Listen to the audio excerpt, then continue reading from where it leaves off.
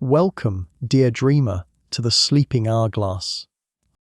This evening, we step aboard a ship that once shimmered like a palace across the Atlantic. A vessel of pride, wealth, and longing, called unsinkable. Yet its destiny was to rest at the bottom of the sea, its lights extinguished beneath the waves. At the heart of this story is a man with nothing more than a violin. Wallace Hartley, who met the end of the world not with fear, but with song. His music would rise above steel, above panic, above the ocean itself, and linger in memory long after silence fell. If you find peace here and wish to return again, you are always welcome. Subscribing or leaving a small gesture of support keeps this little hourglass flowing, not as an obligation, but as a way of saying, yes, let's keep this quiet corner alive. The story begins not with the crash of ice against steel, but with something gentler, the hum of hymns rising in a modest town in Yorkshire.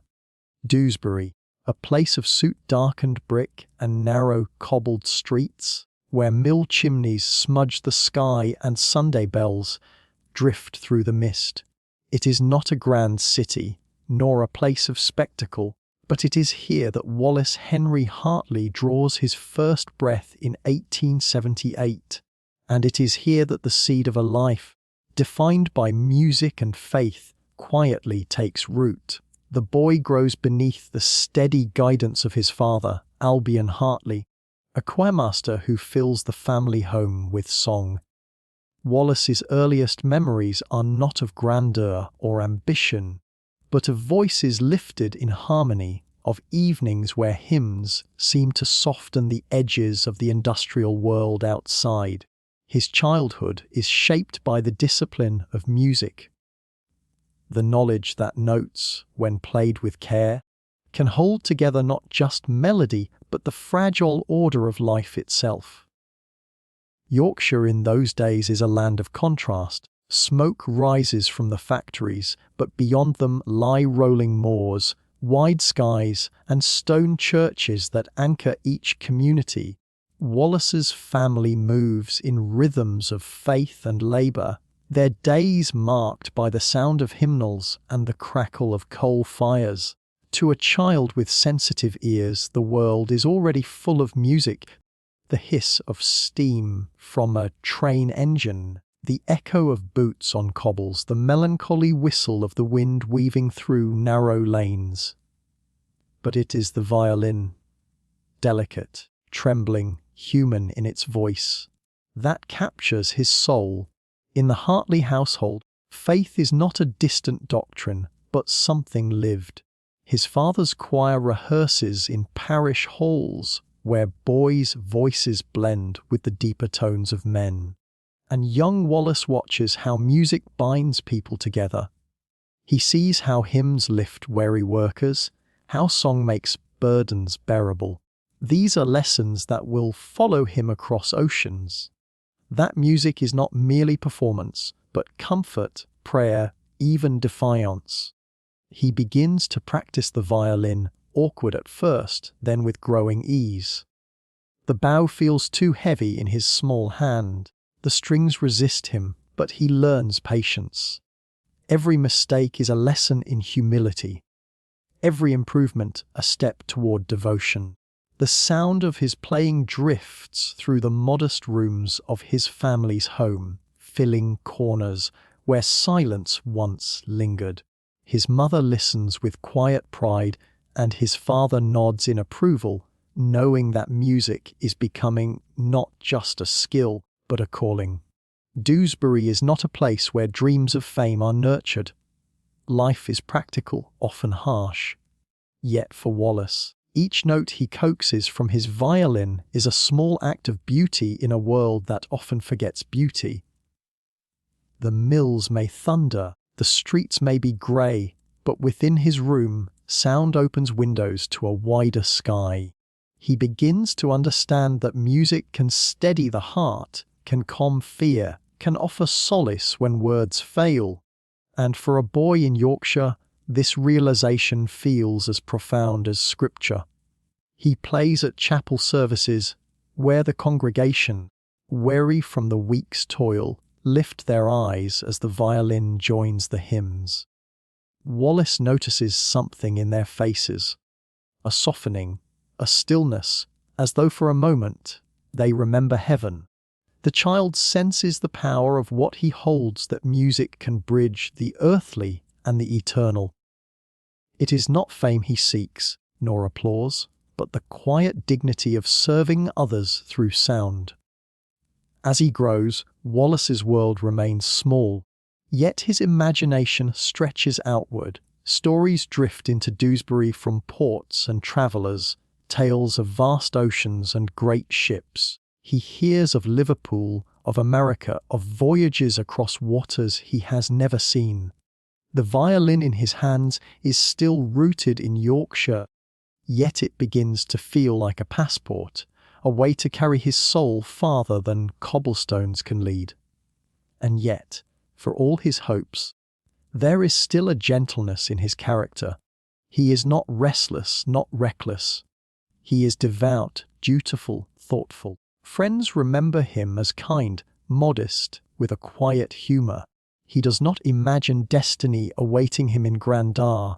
Rather, he trusts in steady steps, in the faith that if he remains true to music and to God, his life will unfold as it should. These are the foundations laid in Dewsbury.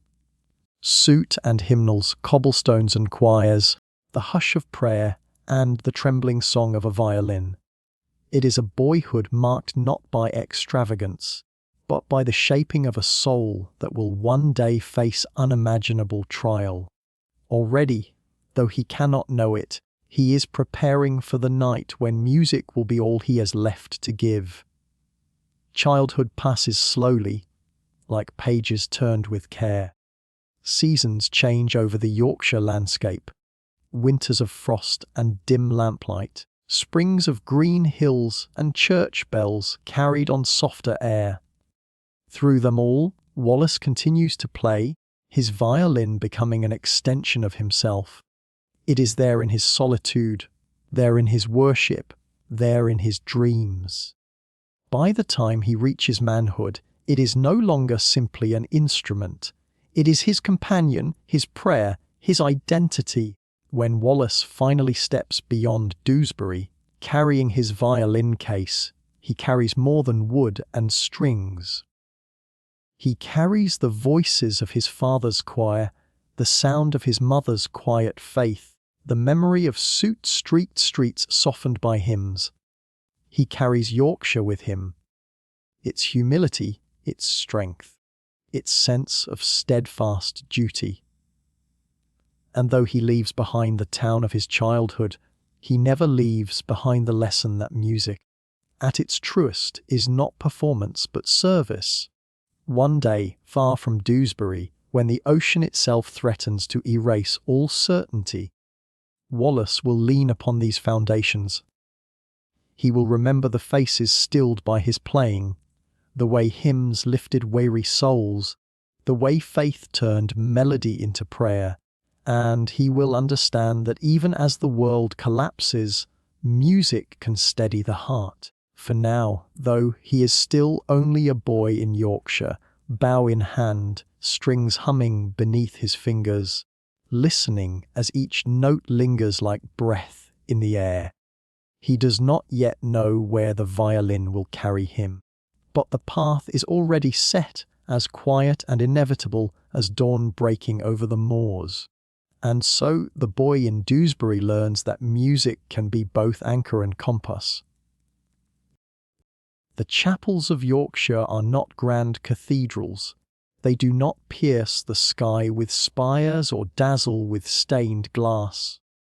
They are humble, built of stone and brick, with wooden pews worn smooth by generations of hands.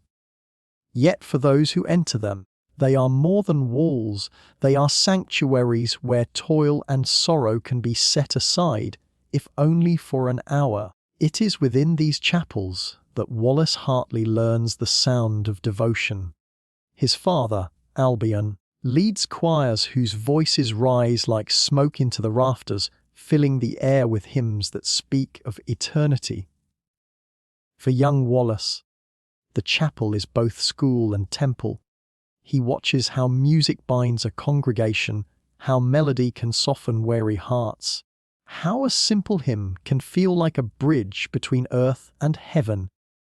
On Sundays, the air is thick with reverence.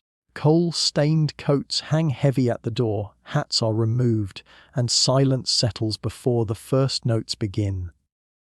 Then the organ stirs, slow and steady, and the congregation follows, voices layering one upon another. To a boy seated among them, the effect is overwhelming. He feels not just the sound in his ears, but the vibration in his chest, the tremor of collective hope and sorrow carried in song. Wallace begins to join in, his small voice blending with the others. Yet it is the violin that becomes his truest language. At first, he plays simply, echoing melodies he hears in hymns. But over time, he discovers something deeper. The instrument is no longer merely wood and string, it becomes a vessel for prayer. When he draws the bow across the strings, he feels as though he is speaking directly to the divine. Faith, for Wallace, is not abstract. It is not only sermons or scripture. It is sound, the living echo of belief translated into music. A hymn played on his violin is both offering and confession. It steadies him, comforts him, and teaches him that devotion is not always spoken in words. Sometimes it is carried in melody, trembling but sincere. The chapels of northern England hold within them a quiet discipline. Worshippers arrive after long weeks in factories and mills, bodies weary, minds burdened. Yet when they sing, their voices lift together, fragile but determined. Wallace sees this, and he understands music is not escape, but endurance. It does not erase hardship, it transforms it. A hymn does not deny sorrow, but folds it into harmony, making it bearable. This lesson imprints itself deeply in him. Later, when life leads him to the decks of great ships, he will remember these faces, tired men and women who found strength in simple melodies. He will remember how a hymn, offered sincerely, could steady even the heaviest heart. As Wallace matures, his playing grows more confident. He learns not only to reproduce notes, but to feel their weight. Each hymn becomes a meditation, a dialogue between himself and God. When he plays, "Abide with me," he feels the plea of the words. When he plays, "Nearer, my God, to thee," he senses a yearning that goes beyond the chapel walls. Music teaches him humility, that his gift is not his own, but something entrusted to him to serve others. In the quiet after each service, when candles flicker low and pews stand empty, Wallace lingers. He listens to the silence that follows song, a silence not empty but full, as if the music still lingers in the air. These moments teach him that absence can also hold presence, that stillness can be as sacred as sound. Through these years, faith and music intertwine until they are indistinguishable. The violin is no longer simply an instrument of art. It is his prayer book, his altar, his hymn. He learns that devotion is not only found in words spoken from the pulpit, but in every trembling note offered sincerely to heaven. This blending of faith and music shapes Wallace in ways unseen. It gives him quiet confidence, not the confidence of arrogance, but of assurance. He believes that if he continues to play with sincerity, he will fulfill his purpose. And though he cannot yet know it, this belief will carry him into the darkest of nights, when fear surrounds him and only a song remains. In Yorkshire, the world may seem small. Yet within the chapel, Wallace glimpses eternity. He senses that music, once offered, does not vanish, it lingers, it carries, it transcends. This is what hymns teach him, that devotion does not end when the final note fades, but continues, echoing unseen. By the time he grows into manhood, Wallace Hartley is more than a violinist. He is a man shaped by song, by faith, by the steady rhythm of hymns that have carried countless souls before him. The chapels of England have given him not only music, but meaning. And as he looks outward, toward the life awaiting him, he carries with him a truth that will never leave. Music is not simply entertainment, it is faith made audible. And so, a boy with a violin, raised among hymnals and humble chapels, prepares to step into a wider world. The instrument in his hands is no longer just a tool for sound. It has become a compass, pointing him not only toward the seas he will one day cross, but toward the calling that will define his life. And so Wallace carries his violin as one carries a prayer, tender, unshakable, eternal. The ocean waits beyond Yorkshire's hills, and soon its horizon will call him to travel farther than chapels and cobblestones, into the wide waters where music will become his companion between departure and arrival. The years of boyhood slip quietly into youth, and the chapels of Yorkshire, once his whole world, begin to feel like stepping stones towards something larger.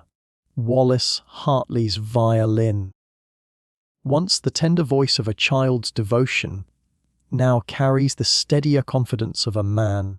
His music begins to travel, first in small gatherings, then in halls where strangers pause to listen. The sound of his bow no longer belongs only to the familiar congregation of Dewsbury, but to audiences who come and go, carried along by life's currents. For Wallace, the violin is still prayer, but it is also passage. Each performance is a door that opens onto a wider horizon. The world beyond Yorkshire is vast, bustling with industry and invention, and music becomes the way he learns to walk through it.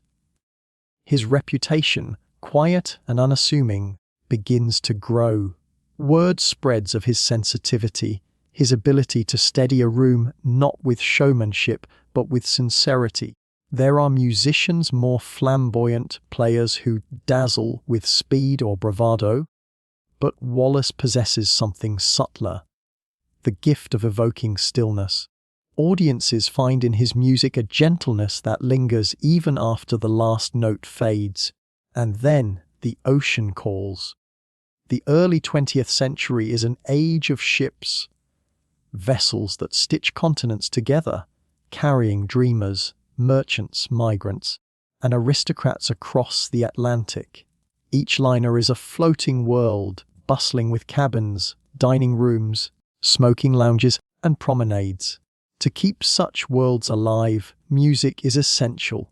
Passengers seek it to soften their solitude, to add colour to their meals, to remind them that even as they leave one life behind, another awaits. It is here, upon these ships, that Wallace finds his calling. The life of a ship's musician is not glamorous, yet it is profound. Day after day, voyage after voyage, Wallace lifts his violin to soothe strangers he will never see again. In first-class lounges, chandeliers gleam as refined guests sip coffee and request familiar waltzes. On deck, as the wind cuts sharp across the sea, music drifts outward, carried away into the endless horizon. It is ephemeral, gone as soon as it is born. Yet it is enough. For in those brief moments, hearts are steadied, memories are made, and silence becomes bearable. The sea itself becomes his companion.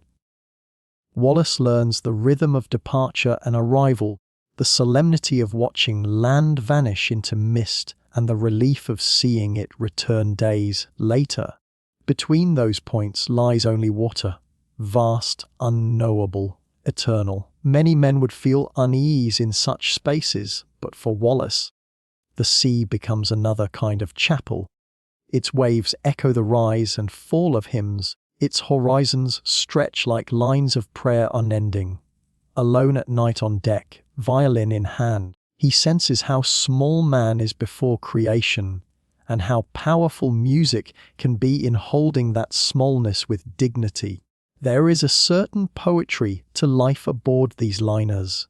Wealthy travelers, dressed in elegance, dine under glittering lamps, their laughter softened by the strains of a quartet.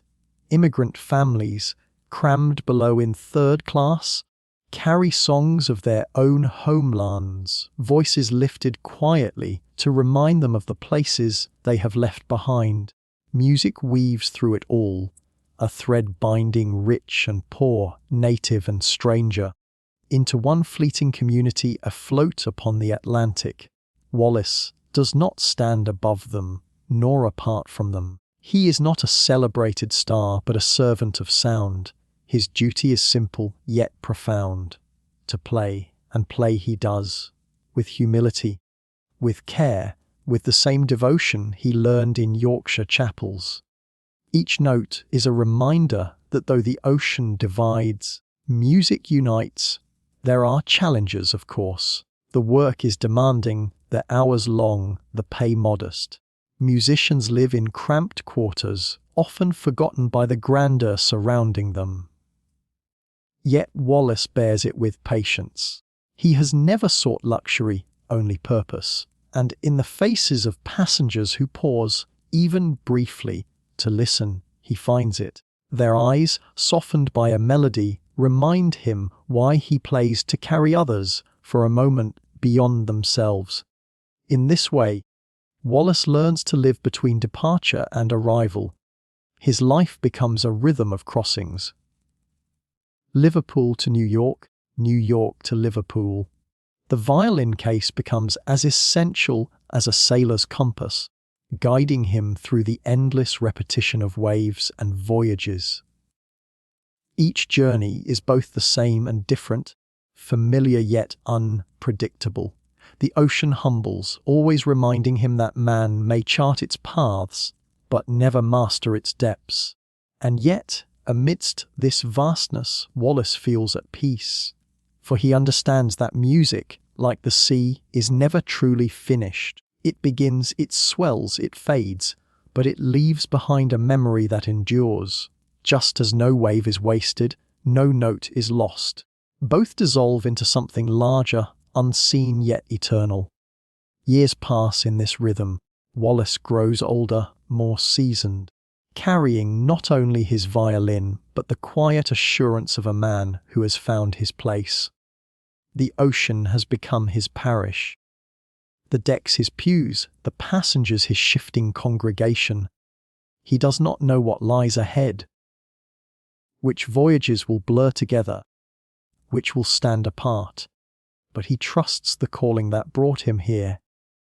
He trusts the sea, and he trusts the song, and in the spring of 1912, when opportunity arrives to join the band of a vessel greater than any before, a ship hailed as unsinkable, magnificent as a palace, Wallace does not hesitate. He packs his violin, as he always has, and steps once more toward the horizon.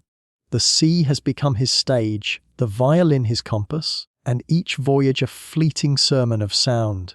Now, in the spring of 1912, the ship of dreams waits at Southampton, and Wallace Hartley is ready to board with bow in hand, unaware that destiny is already tuning its strings. April arrives with a gentler sun, and Southampton stirs with expectancy. On the quayside, workers hurry with crates, trunks, and barrels. Porters shout, horses clatter, and the smell of coal lingers in the damp air. Yet above the clamour rises a sight that makes men pause, a ship unlike any before, gleaming white against the blue of the spring sky. The Titanic, the ship of dreams. She towers above the harbour, her funnels stretching skyward, her decks tier upon tier of polished steel and gleaming wood. To the people who gather on the docks, she seems less a vessel than a floating city, a palace destined not for land, but for water. The newspapers have called her unsinkable, the very pinnacle of human ingenuity. And now she waits, humming with the promise of her maiden voyage. Crowds gather in wonder, some with tickets, some only to glimpse history. Mothers lift children high to see her size, men crane their necks to count her decks. For many, the Titanic is more than a ship. It is a symbol of progress, of pride, of an age that believes no frontier is too distant, no challenge too great. The 20th century has only just begun, but already it is daring to imagine itself invincible. Among the swirl of passengers and crew stands a man with a violin case. Wallace Hartley does not draw attention. He is neither a magnate nor a millionaire, neither emigrant nor aristocrat. He is a musician, one among the small band hired to fill this vast ship with music. Yet in the quiet way he holds himself, there is a dignity that does not depend on wealth. His purpose is simple and profound: to play. The docks are alive with contrasts. First-class passengers arrive in motor cars, trunks stacked high, their attire elegant, their voices carrying an air of easy confidence. They walk the gangways with the assurance of those who believe themselves destined for comfort. Behind them, in slower procession, come the second-class and third-class passengers, clerks, teachers, farmers, families clutching children. They carry smaller suitcases, wrapped parcels, sometimes nothing more than hope itself. For each of them, the Titanic means something different. For the wealthy, it is luxury. Turkish baths, smoking rooms, grand staircases draped in polished oak and gilt. For the poor, it is possibility. The chance to begin again in America, to trade the weight of poverty for the fragile promise of a new life. For all, it is a crossing, a line drawn from one chapter of life to another. Wallace watches them board. He has seen such sights before on other liners, but never on this scale. There is something almost theatrical about it. A stage set with grandeur, its cast drawn from every walk of life, bound together by the sea. He knows his part is a modest one. He and his fellow musicians will serve as background, weaving melodies to soften the edges of this floating world. Yet he also knows, with quiet conviction, that music is never merely background. It is the thread that holds memory together. The band assembles their instruments, their faces lit with both excitement and the seriousness of duty. For them, the Titanic is not only a vessel, but a workplace. They will play at luncheons and teas, in salons and on promenades, their notes mingling with the rustle of silk gowns and the clink of glasses. Hartley, as bandleader, feels the responsibility keenly. He is not only to perform, but to guide, to ensure that harmony prevails, even in the small unseen corners of this grand voyage. Southampton hums with pride that day. Flags wave, whistles blow. Families shout farewells from the quay. The great ship stirs at last, her engines thundering, her hull slicing through the water with effortless grace. To those left behind, she is already legend. To those aboard, she is a promise fulfilled. Few can imagine danger. The air is too filled with spectacle, with the intoxicating belief that man has outwitted nature. Yet beneath the grandeur lies a quiet irony, one invisible in the spring sunlight. For the very pride that surrounds the Titanic carries within it a shadow. The whisper of hubris, the danger of believing steel is stronger than sea. A few voices murmur doubts, but they are lost in the tide of celebration. The ship is hailed as triumph, as certainty. Who would dare to question her fate? as the coastline drifts away. Hartley stands upon the deck, violin case in hand. He watches the harbour fade, the voices of farewell swallowed by distance. Ahead lies the open sea, a stage broader than any hall he has ever known. He feels a familiar stillness, the calm he always senses at the beginning of a voyage. For him, the sea is not an enemy, but a vast listener, an audience without end. Inside the Titanic, passengers settle into their cabins. In first class, champagne is uncorked. Laughter rises and menus are examined with delight. In steerage, families arrange their few belongings, whispering to children about the wonders of the new world awaiting them. Across these divisions, the ship itself thrums like a heartbeat, steady and sure, and already music begins. The band unpacks instruments, tuning strings, testing notes. The first melodies drift into the air, light and welcoming, like birdsong at dawn.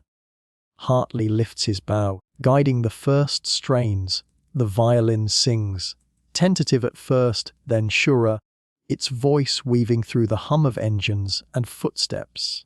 To play upon the Titanic is unlike playing anywhere else. Every note seems to echo against steel, to vibrate in the very bones of the ship.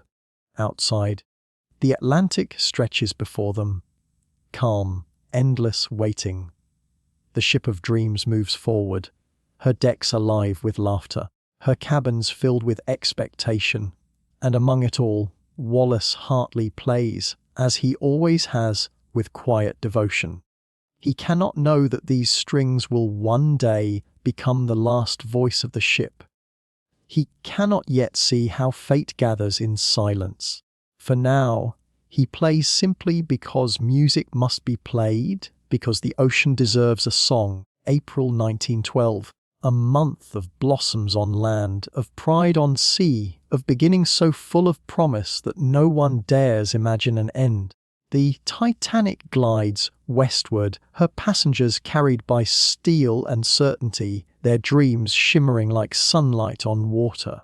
And at the centre, almost unseen, stands a man with a violin, bow poised like a prayer. The ship of dreams sails into the Atlantic, her decks ringing with laughter and music. Yet even in the harbour, a single sentence has already been spoken, a blasphemous boast that lingers like prophecy, waiting to echo through steel and water. Southampton, April 10th, 1912. The morning sky is pale, a thin wash of spring sunlight scattered over chimneys and cranes. Along the docks, people gather in waves. Workers, sailors, vendors, families clutching bundles. The harbour smells of salt and coal smoke, iron mixed with anticipation. And at the centre of it all, looming like a palace adrift in daylight, is the Titanic. The ship gleams, a sculpture of steel and rivets.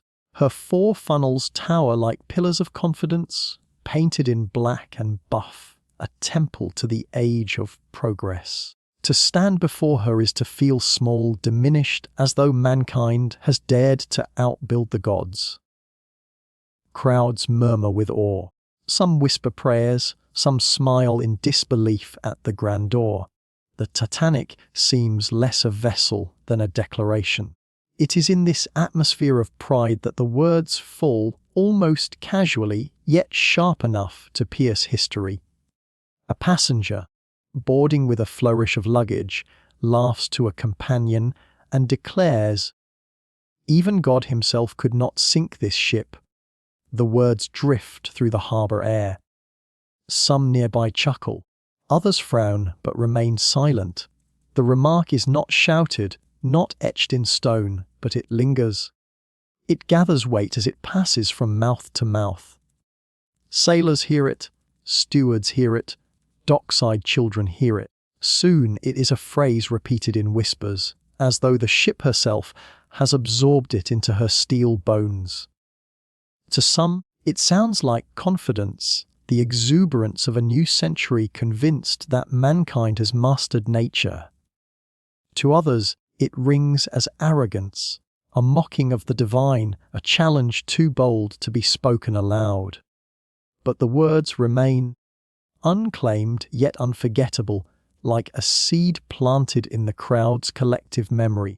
Wallace Hartley does not hear the remark directly, but he notices the shifting air. Standing quietly with his violin case at his side, he watches the throng.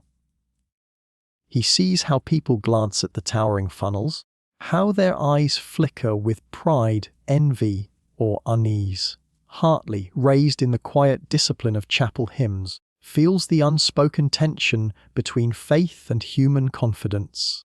He knows music has always stood between those two worlds, a bridge from earth to heaven, from pride to prayer. The harbour is alive with noise, gulls crying overhead, porters shouting, engines growling. And yet, Hartley cannot help but wonder whether silence will one day fall heavier than sound. He has heard people call this ship unsinkable. Now, it seems, they speak as if the Almighty himself has no claim over her fate. In the chapels of England, where Hartley once played hymns, such words would be unthinkable. The old hymnal verses ring in his mind. All flesh is grass. He remembers his father teaching him that pride has a way of bending under the weight of time. And yet here, before the greatest ship ever built, pride rises tall and untouchable. For those boarding, the Titanic is more than transport. It is promise. To the rich, she is elegance carried across the sea. To the poor, she is a ladder toward new lives in America. The ship is both ark and palace, both sanctuary and spectacle. And so, when someone mocks heaven itself, the remark feels not merely careless, but prophetic. There are always such sentences in history, small, almost throwaway words that echo far longer than intended. A soldier's boast before battle, a king's oath before collapse, a whisper that grows into a legend. History remembers not only what men build, but what they dare to say about their building. The Titanic carries with her not just passengers and cargo, but a phrase. Even God himself could not sink this ship. It clings like frost on her hull, unseen but present. No rivet, no steel plate bears it in writing, and yet the ship sails as if branded by hubris. As Hartley walks aboard, the violin case light in his hand, he feels both awe and distance. He is not a wealthy passenger, not a designer of engines, not a captain standing tall on the bridge. He is simply a musician, paid to fill silence with harmony. And yet, in his quiet heart, he knows that songs sometimes last longer than ships. From the upper decks, laughter floats down, mingling with the strains of conversation in many tongues. The Titanic is a world in miniature. Aristocrats in silk, emigrants in threadbare coats, children running with excitement. But beneath the bustle lies that lingering remark, turning in the air like smoke that will not disperse. The irony, though unseen, begins its slow weaving. Steel may appear eternal, but words slip through steel. They seep into memory. They take root in the hearts of those who overhear them. And one day, when retold after tragedy, they will carry the sting of prophecy fulfilled. Faith and hubris, side by side, step onto the gangways that morning. The Titanic is not merely a vessel. She is an altar upon which two visions of the world meet. One vision believes in the sovereignty of human mastery, engines, rivets, design. The other clings to the quiet humility of hymn and prayer, the sense that man walks always within limits he does not choose. Both sail together across the Atlantic, braided into the fate of the ship. And so Wallace Hartley boards, violin at his side. He does not know that the words spoken in mockery will one day frame his own final hymn. He does not know that history will remember not only steel and sinking, but also a musician who answered hubris with harmony. For now, he simply steps onto the deck, where laughter rings, engines thrum, and destiny waits in silence beneath the horizon. The Titanic leaves Southampton with more than passengers and luggage. She carries pride stitched into her very name, and a careless remark echoing like a hidden omen. Soon, in the evenings at sea, Wallace Hartley will open his violin case and the first notes will rise. The Titanic glides out of Southampton, her engines a steady heartbeat beneath the decks. Coal dust lingers in the air as the ship pushes past the English coast, heading toward Cherbourg and Queenstown before striking the open Atlantic. By evening, the bustle of departure gives way to a calmer rhythm. The docks fade into memory. Now the ship belongs to the sea. Inside, she hums with life. Chandeliers glitter in dining saloons, carpets soften every step.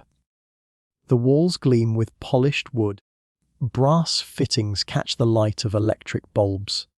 The Titanic is more than transportation.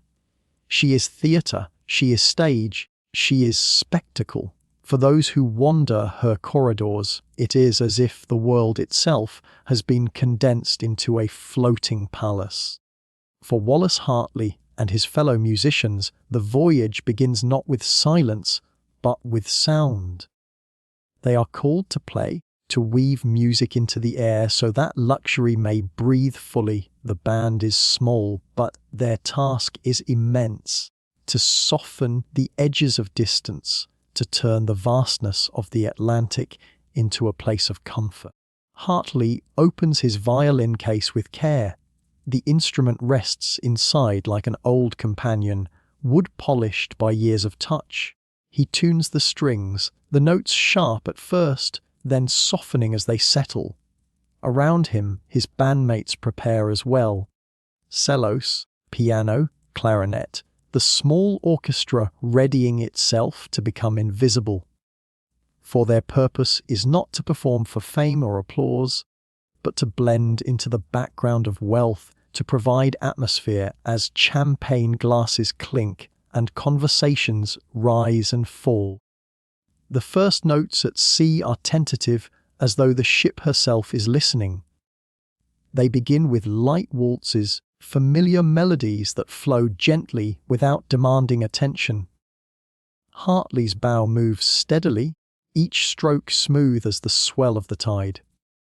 Soon the music fills the grand dining saloon, drifting upward like incense in a cathedral. Passengers glance toward the musicians with faint smiles before returning to their meals. The music has already done its work. It has made the great ship feel human. The Titanic hums with contrasts. In first class, gentlemen in evening coats and ladies in silk gowns listen with casual delight. Beyond the gilded halls, immigrants in third class gather in crowded quarters, their meals plain, their bunks narrow. The music does not reach them, though they hear faint echoes through the decks. For them, song is carried in voices and fiddles brought from home. Yet, in the saloons above, Hartley's violin sings for those who measure life in courses and chandeliers. Music is always more than sound.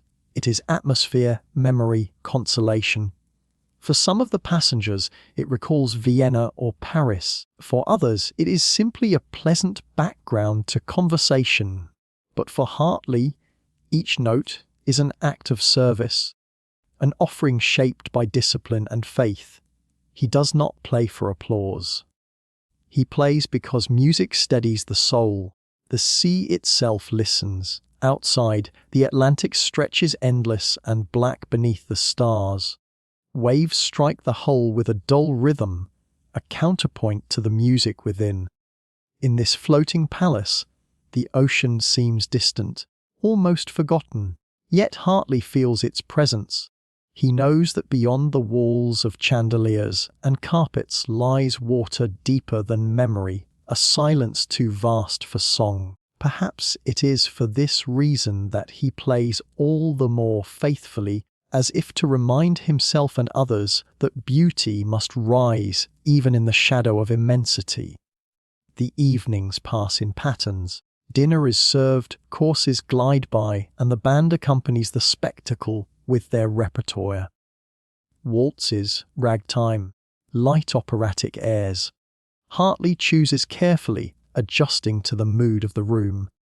When conversation grows loud, he selects cheerful tunes that sparkle. When the evening grows mellow, he turns to softer hymns, gentle enough to cradle the passengers in comfort. The musicians do not speak much as they play, but they share glances, small nods that mark the invisible bond between them.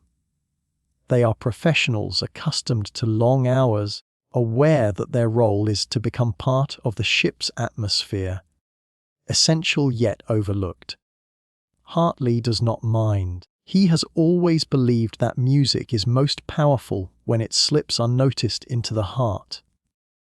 One evening, as the ship leaves Queenstown behind and turns westward into the Atlantic, Hartley pauses between sets and steps briefly onto the deck.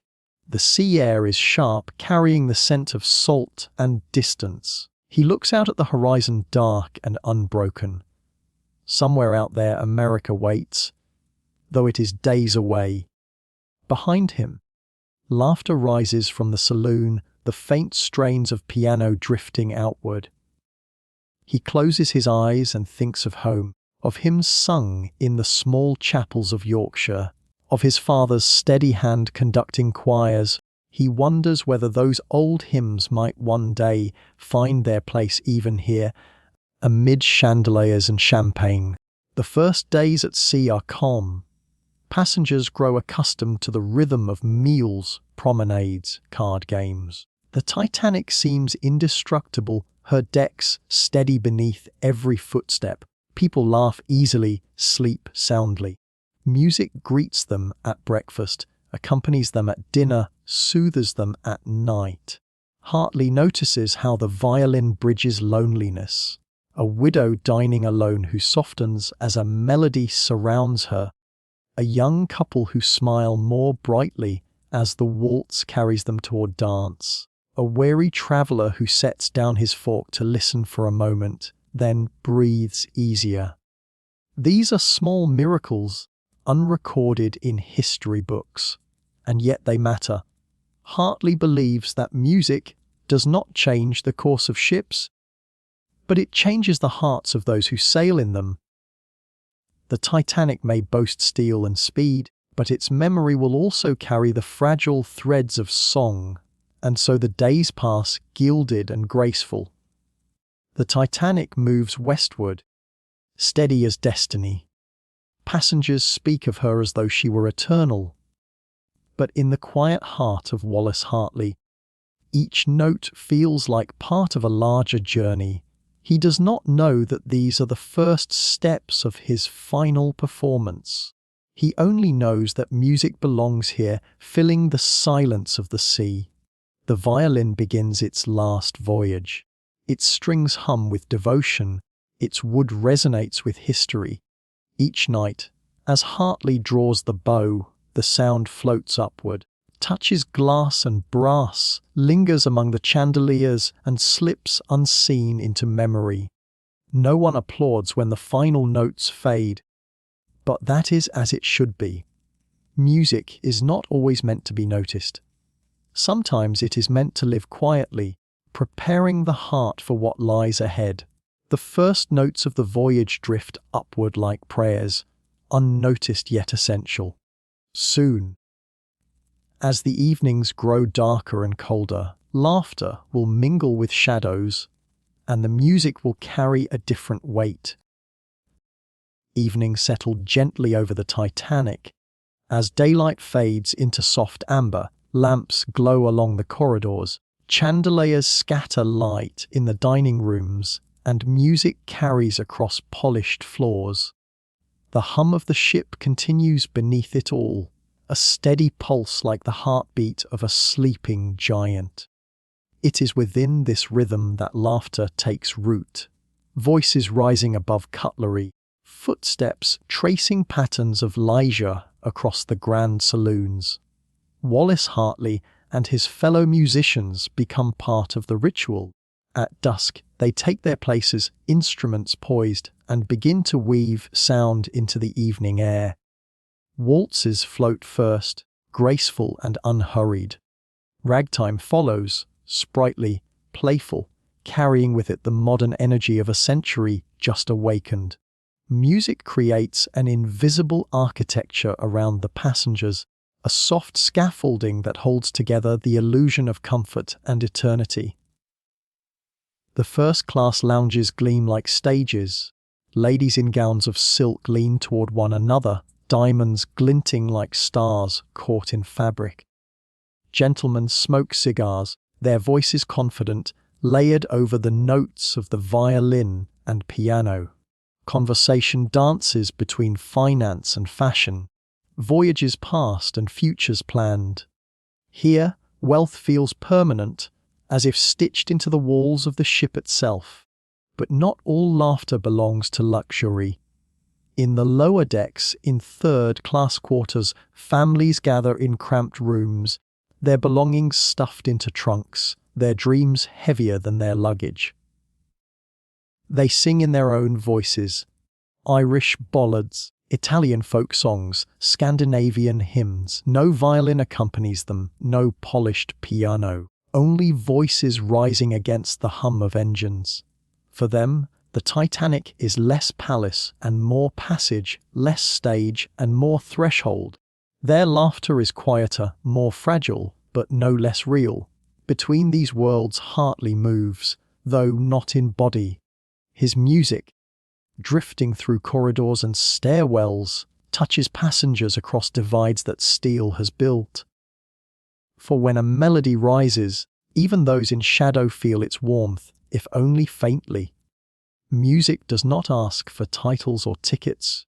It slips into the soul without price. Still, shadows grow beneath the laughter. Passengers in first class speak of ice, mentioned in passing by crew or whispered along the decks. Farther north, icebergs drift, ancient and indifferent, carried south by currents stronger than steam. The ship steers westward, confident, but the whispers remain, tucked into quiet corners of conversation. Few pay them heed. The Titanic is, after all, unsinkable. Hartley hears these murmurs in fragments. A steward mentions ice during a break. A passenger muses aloud after dinner, but he does not dwell on them. His duty is to the present moment, to steady hands and strings, to music that transforms worry into calm. He knows that fear can take root easily, and so he plays to keep it from sprouting. There is a paradox in music aboard a ship like this. On the surface, it is ornament, entertainment for those who expect life to be accompanied by art. Yet beneath, it is medicine. The lonely widow in the corner softens as the violin hums. The young man, restless with ambition, quiets his tapping foot as ragtime steadies his energy. The children, weary from travel, fall asleep while melodies drift across the room. Music serves all, though few pause to thank it, and so the evenings pass in cycles of light and shadow. Laughter rings from card rooms, where fortunes change over green felt tables. Quiet sighs escape on promenades, where couples lean into the wind and speak of futures waiting in New York. Shadows stretch in steerage, where hope is measured in bread and bunk space. Yet across these differences, sound threads through like a golden string, tying lives together in moments they do not realize are shared. There is a strange fragility in this harmony. The Titanic seems eternal, yet the atmosphere is fleeting. The waltz played tonight will never be heard in the same way again. The faces around the table gathered in comfort, will soon disperse across cities, countries, fates. Hartley senses this ephemerality, though he cannot name it. It is the same fragility he has always known in music. A song exists only in the moment it is played. When silence returns, it is memory alone that keeps it alive. Perhaps this is why he plays with such devotion, though unnoticed by most. He knows that music is temporary, but its echoes can linger longer than stone. In Yorkshire chapels, he saw hymns outlast the years, remembered even by those who had forgotten sermons. Now, on this vast ship, he plays not only for the rich and the poor, but for time itself, for the memory that will someday look back. The laughter above, the shadows below, both are stitched into the same voyage. The Titanic carries them together, bound in steel and fate, and Hartley's violin rests at the center, not as a grand spectacle, but as a quiet reminder that joy and sorrow often walk side by side. The passengers do not yet know it, but these evenings of music are not merely diversions, they are preludes. Each note is a thread, weaving toward a moment when laughter will falter and shadows will deepen. For now, though, the ship sails steady. Lights shimmer on the water, champagne bubbles in glasses, footsteps cross polished floors. Children in steerage drift to sleep to lullabies sung in foreign tongues. Couples dance, their shoes sliding in time to the band. Laughter covers unease, shadows lengthen but remain unnoticed. And through it all, Hartley plays, steady, faithful, invisible. His bow moves like a prayer, his violin sings without complaint. He does not know that soon his music will carry more weight than luxury could imagine. He only knows that tonight, laughter fills the air, shadows wait quietly at the edges, and the violin bridges the distance for a little while longer. The evenings pass in fragile harmony, laughter above, shadows below, yet both carried forward on the same tide. Soon, the nights will grow colder, and the sea itself will enter the story. The sea holds its breath. Above the wide Atlantic, the sky stretches like a cathedral of ink and fire, jeweled with stars so bright that they seem close enough to pluck from the heavens. There is no moon, only constellations pricked sharp against a velvet darkness. For many on the decks of the great ship, it is the most brilliant sky they have ever seen, a dome of eternity arching over steel and smoke. The air is crisp now, laced with a sharpness that bites through coats and shawls.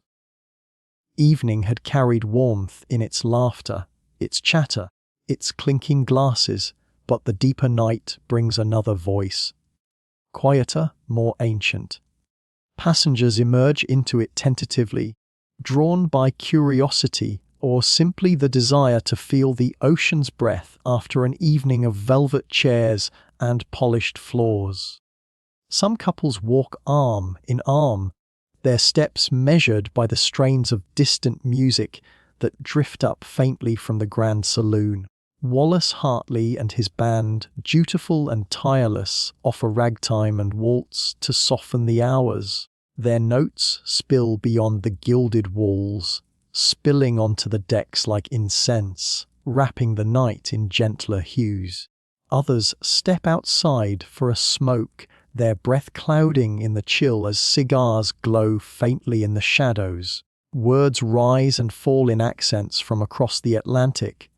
English, American, Irish, Italian, voices of migration and leisure mingling on the same deck, even if separated by the invisible lines of class. And above it all, the stars gaze down with ancient indifference. They have watched empires crumble, fleets rise and vanish, men and women chase eternity in wood, canvas, and now steel.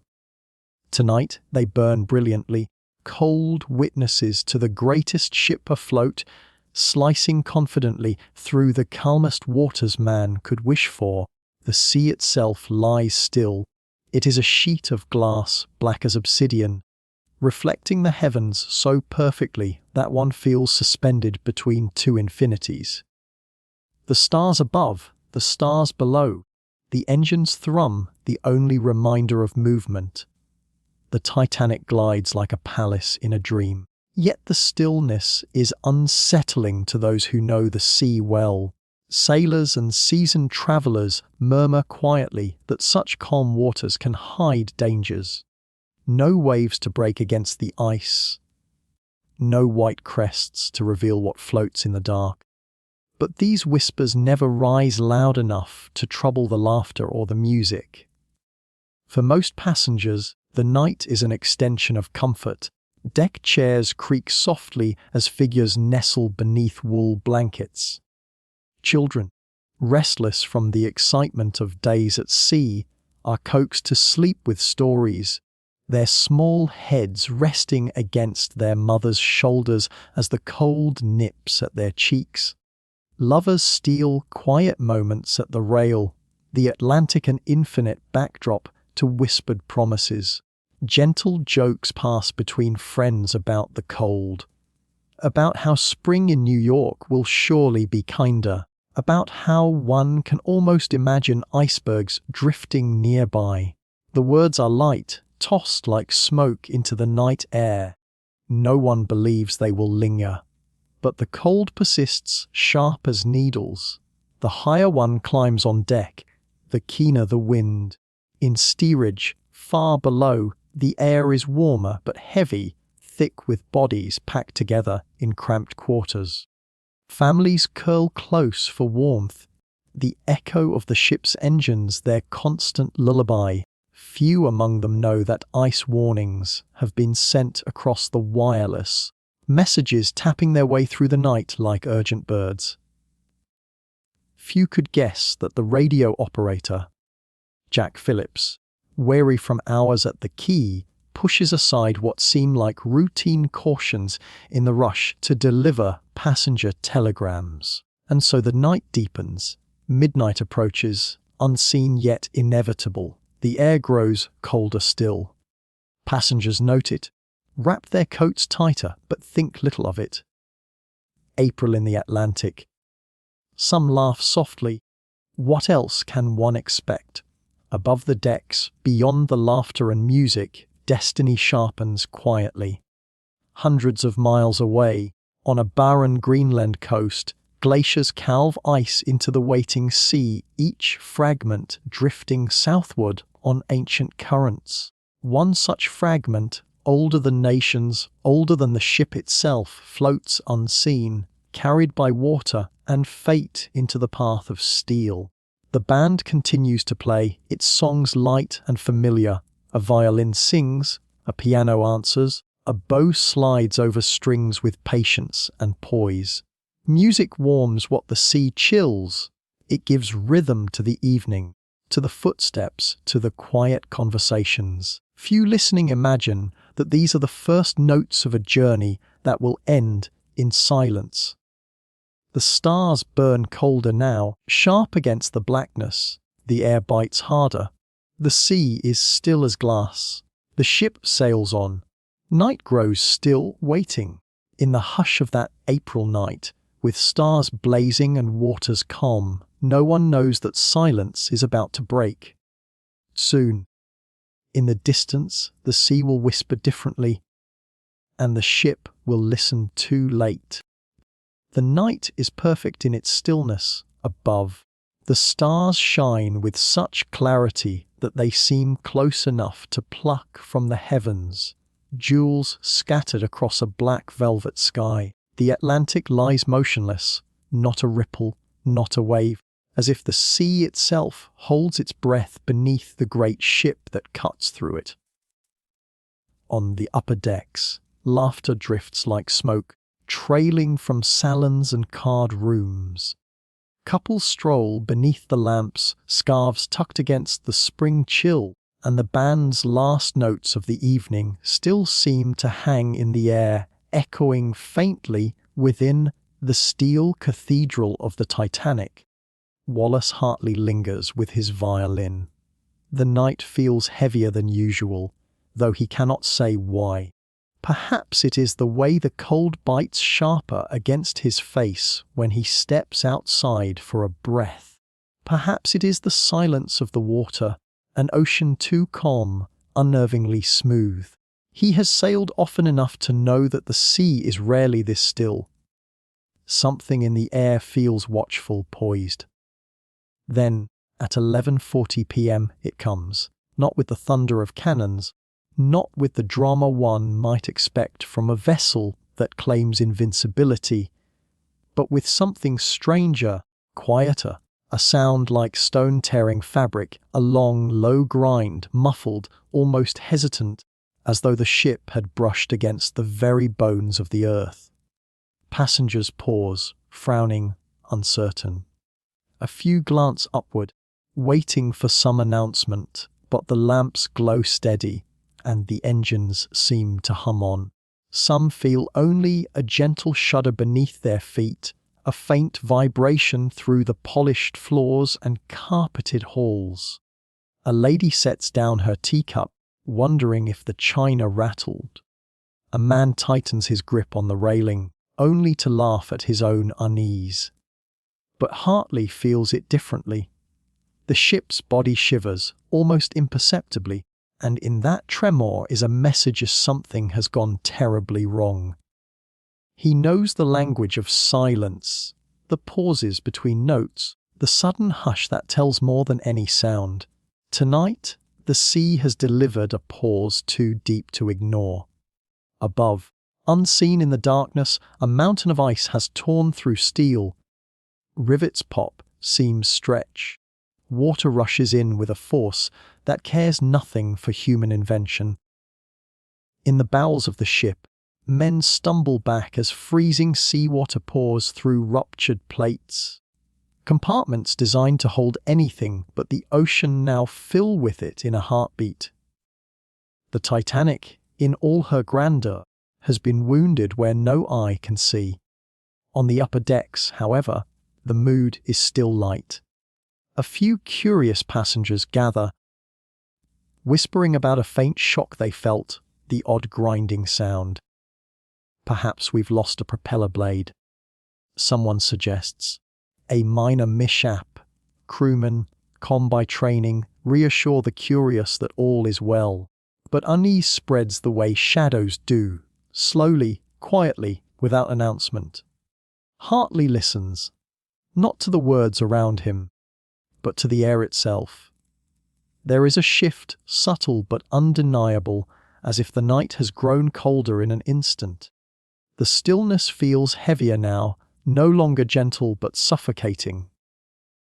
He thinks of the chapel hymns of his childhood, the way silence would descend before a prayer.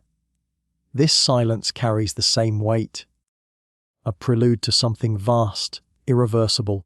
Below, in third class, immigrants stir from sleep, murmuring in confusion as they feel the faint jar beneath their bunks. Children sit up, rubbing their eyes, asking what has happened. Mothers hush them, uncertain themselves. No one tells them yet that water, black as the night above, is already threading its way through the ship's underbelly. The officers move briskly, lanterns swinging, their words clipped, urgent. Doors are sealed, pumps are engaged, calculations are made. The ship's designer, Thomas Andrews, is summoned. He does not need long to see the truth. The iceberg has opened the Titanic like a seam in cloth, flooding 5 compartments at once. 4 might have been survived, 5 is fatal. On the decks above, no alarm is yet given. The orchestra is not called to play, not yet. But Hartley feels the summons already, like a vibration in the strings of his violin. He knows, in a way he cannot explain, that his music will be needed tonight, not for entertainment, but for courage. Passengers continue to chatter, some joking, some shrugging off the incident, A few retire back to their cabins untroubled. The Titanic, after all, is unsinkable. That word, repeated endlessly in brochures, in papers, in casual conversations, stands guard against worry. Yet beneath that fragile shield of belief, the truth waits, cold and merciless. Time passes strangely in such moments. Minutes feel like hours, hours like the hush before a storm. Crewmen begin to rouse passengers gently, suggesting they dress warmly, just in case. Life jackets are handed out. A man laughs as he straps his on, calling it ugly collar. A woman refuses at first, then accepts, unsettled by the insistence in the steward's eyes. And through it all, the ship hums forward, steady, proud, wounded yet not slowing. She moves as though unaware of her own death sentence. The band is still at rest, but Hartley's thoughts circle his violin. He remembers hymns he played for the sick, the way music steadied those facing loss. Tonight, he senses, will demand the same. Then comes the first chill of recognition among the passengers. They notice the tilt. Slight, but real. A glass slides on a table, a ball rolls across the floor. Eyes widen, whispers sharpen. The word iceberg passes from mouth to mouth like a ghost. Fear begins to walk quietly among them. For Hartley, the moment crystallizes the Titanic, a marvel of steel and light, is mortal after all. Her grandeur cannot stop the sea. Her promise cannot outwit the laws of nature. She has been struck by silence itself, by the ancient patience of ice drifting in the dark. The violinist closes his eyes and listens. To the footsteps above, the rushing water below, the gathering murmur of uncertainty. It all feels like the tuning of an unseen orchestra, instruments clearing their throats before the first song of the night. Soon, he knows his bow will rise to meet it. The sea waits, the stars burn indifferent, and deep inside the ship, music begins to stir. Not yet heard, but already inevitable. The night is no longer perfect, no longer still. The ship has been wounded, and though most do not yet believe it, Hartley does. Soon, the silence of the sea will ask him to answer, not with words, but with music. At first, there is only silence. The iceberg has done its work, and though the ship still glides forward, she carries within her a wound that no man can mend. The officers know the truth before most passengers do. The Titanic will not last the night. She is too proud, too heavy, too fatally struck. The pumps may roar, the watertight doors may close, but the Atlantic is patient, and its patience is stronger than steel. Above, on the glittering decks, confusion simmers. Passengers linger in evening clothes, shawls and coats hastily pulled over silks and tuxedos. They whisper, they laugh nervously, they question. Some resist the crew's quiet urgings to put on life belts, insisting it is unnecessary, even absurd. Others peer into the cold night and wonder why lifeboats are being uncovered when no flames, no smoke, no visible threat disturbs the sky. It is in this uneasy moment that the officers turn to the musicians. The order is not barked like a command, but spoken with the measured firmness of necessity. Play. Keep them calm. The music will help, Hartley nods. He does not argue, does not hesitate. He knows what is being asked, though perhaps not yet the full weight of it. To still a crowd with melody is to place oneself between fear and surrender, to create a fragile bridge over a rising flood of panic. Music has always been his prayer, his offering, his way of steadying the fragile. Tonight it will become his shield. He gathers the men. Their faces reveal the same uncertainty felt by every soul on board, yet they obey, almost instinctively. Musicians are accustomed to following the baton, to setting aside themselves for harmony. Now Hartley is their conductor, and the night itself is the stage. The instruments are unboxed, bows tightened, strings checked. The air is sharp. Biting fingers meant for gloves, not performance. Breath clouds in the cold as they take their places on the deck. Hartley raises his bow, and for a heartbeat the silence holds, taut and waiting. Then, softly, the first notes emerge. The music trembles at first, as if unsure it belongs in this hour. A waltz, familiar, light, comforting. The melody drifts into the night like a lantern set afloat on dark water. Those nearest stop in their tracks, startled not by alarm bells, not by shouts, but by violins and cellos weaving a gentle tune beneath the stars. The effect is immediate, uncanny. A hush spreads. Shoulders unclench. The clamour softens into listening. Passengers exchange glances, some smiling faintly. If the musicians are playing, surely all is well. Surely the danger is small. The ship is steady beneath their feet. The lights glow bright, and now music fills the air. How bad can it be?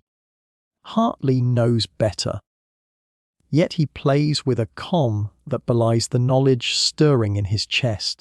He feels the strings vibrate beneath his fingers, warm despite the cold, alive despite the night's shadow. Each note steadies not only the passengers but himself. Around him, the men fall into rhythm.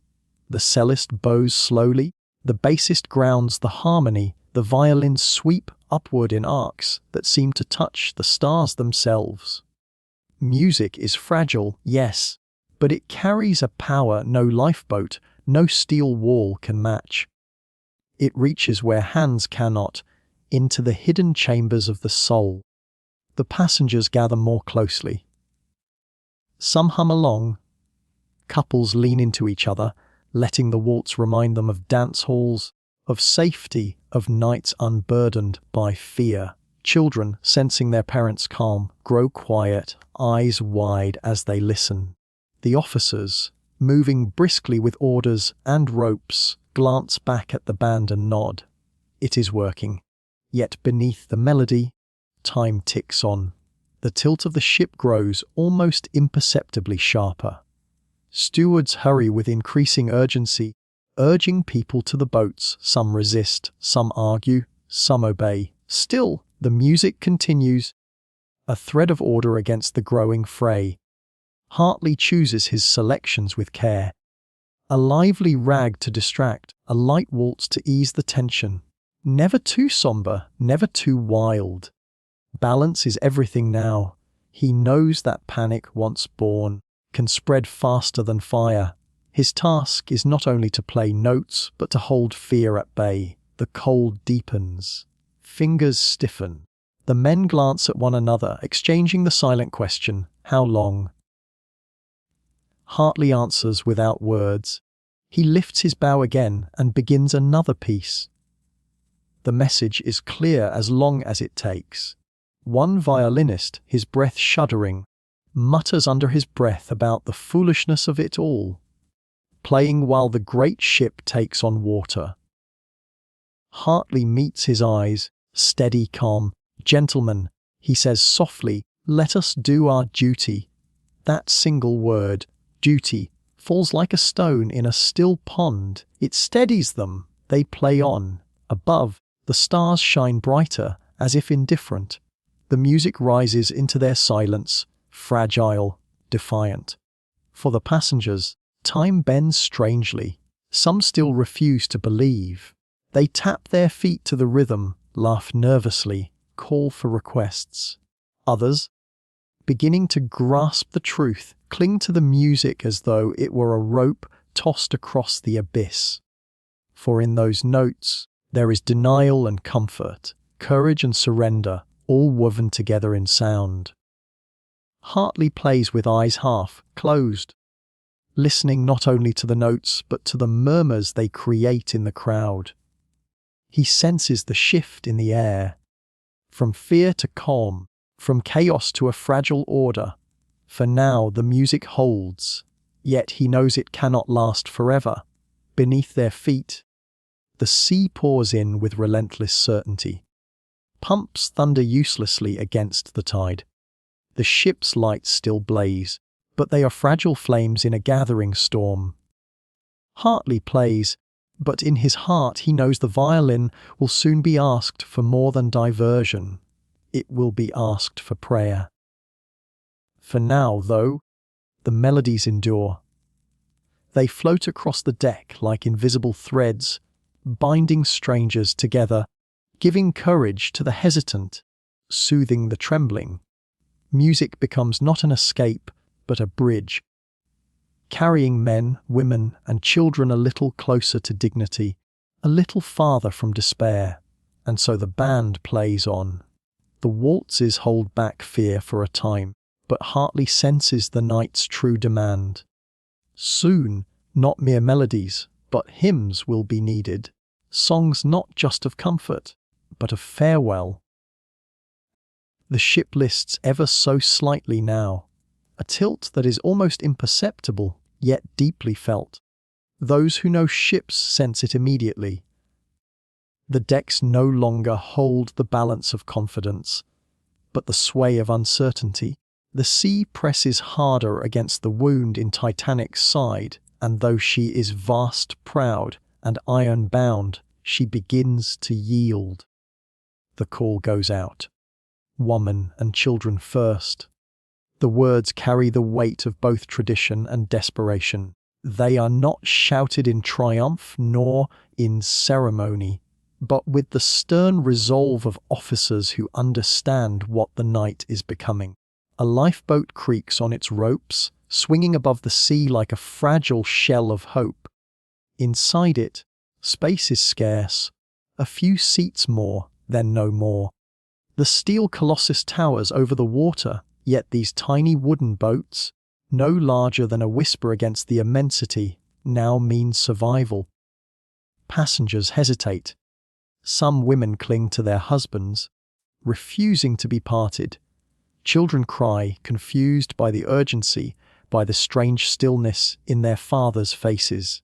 A man tries to step forward, his voice shaking with excuses, but the officer's revolver gleams under the dim light. He steps back, trembling, and still, through all this, the music continues. Hartley stands at the center of it, his bow steady, though his heart knows what his mind resists. Around him, the band members play not for applause, not for recognition, but as guardians of calm. Their notes lace through the air like a thread holding fraying cloth together. The crowd listens, if only half conscious of why the music matters. It gives rhythm to waiting, dignity to fear, and a veil of order to chaos. For some, it is a lullaby of courage. For others, it is unbearable, a reminder of endings too close. The lifeboats fill, slowly, unevenly. Some descend half empty, launched in haste, the crew unsure of their own hands. Others are overloaded, voices rising, arms reaching back for those left behind. The divide between survival and despair is measured in inches of rope, in the firmness of an officer's word, in the silence of choices that cannot be undone. A mother leans over the edge of the lifeboat, clutching her husband's hand. He presses a kiss against her fingers before the boat is lowered, his face pale but resolute. He remains behind, standing straight, as though his stillness might give her strength. She weeps softly, the distance widening between them with every creak of rope. On another deck, a young boy clings to his father's coat, refusing to let go. The officer insists. The child is lifted, screaming, into the arms of strangers already seated. The father stands frozen as the boat descends, his hands empty, his soul torn in two. The rule of woman and children first is both noble and cruel. Noble in its echo of honor, cruel in its severing of families. Yet here it becomes law, shaping who will live to tell the story and who will remain only in memory. Hartley's violin rises above the wind. His fellow musicians follow, the cello deep, the piano delicate, the violus filling the spaces between. Each instrument lends its breath, weaving together something that is not merely music, but prayer. For those boarding the lifeboats, the melody becomes the last sound of the world they are leaving behind. For those who remain, it is a final anchor, binding them to one another in a night where all else is falling apart. The deck grows colder, the sea closer. Still, passengers press against the railings, watching the boats vanish into the dark. The horizon swallows them, tiny specks of humanity adrift on an endless black canvas. Those left behind feel both relief and sorrow, knowing they have given up their place for another. The band shifts its song, a waltz now, light, almost festive, a strange choice, and yet perfect.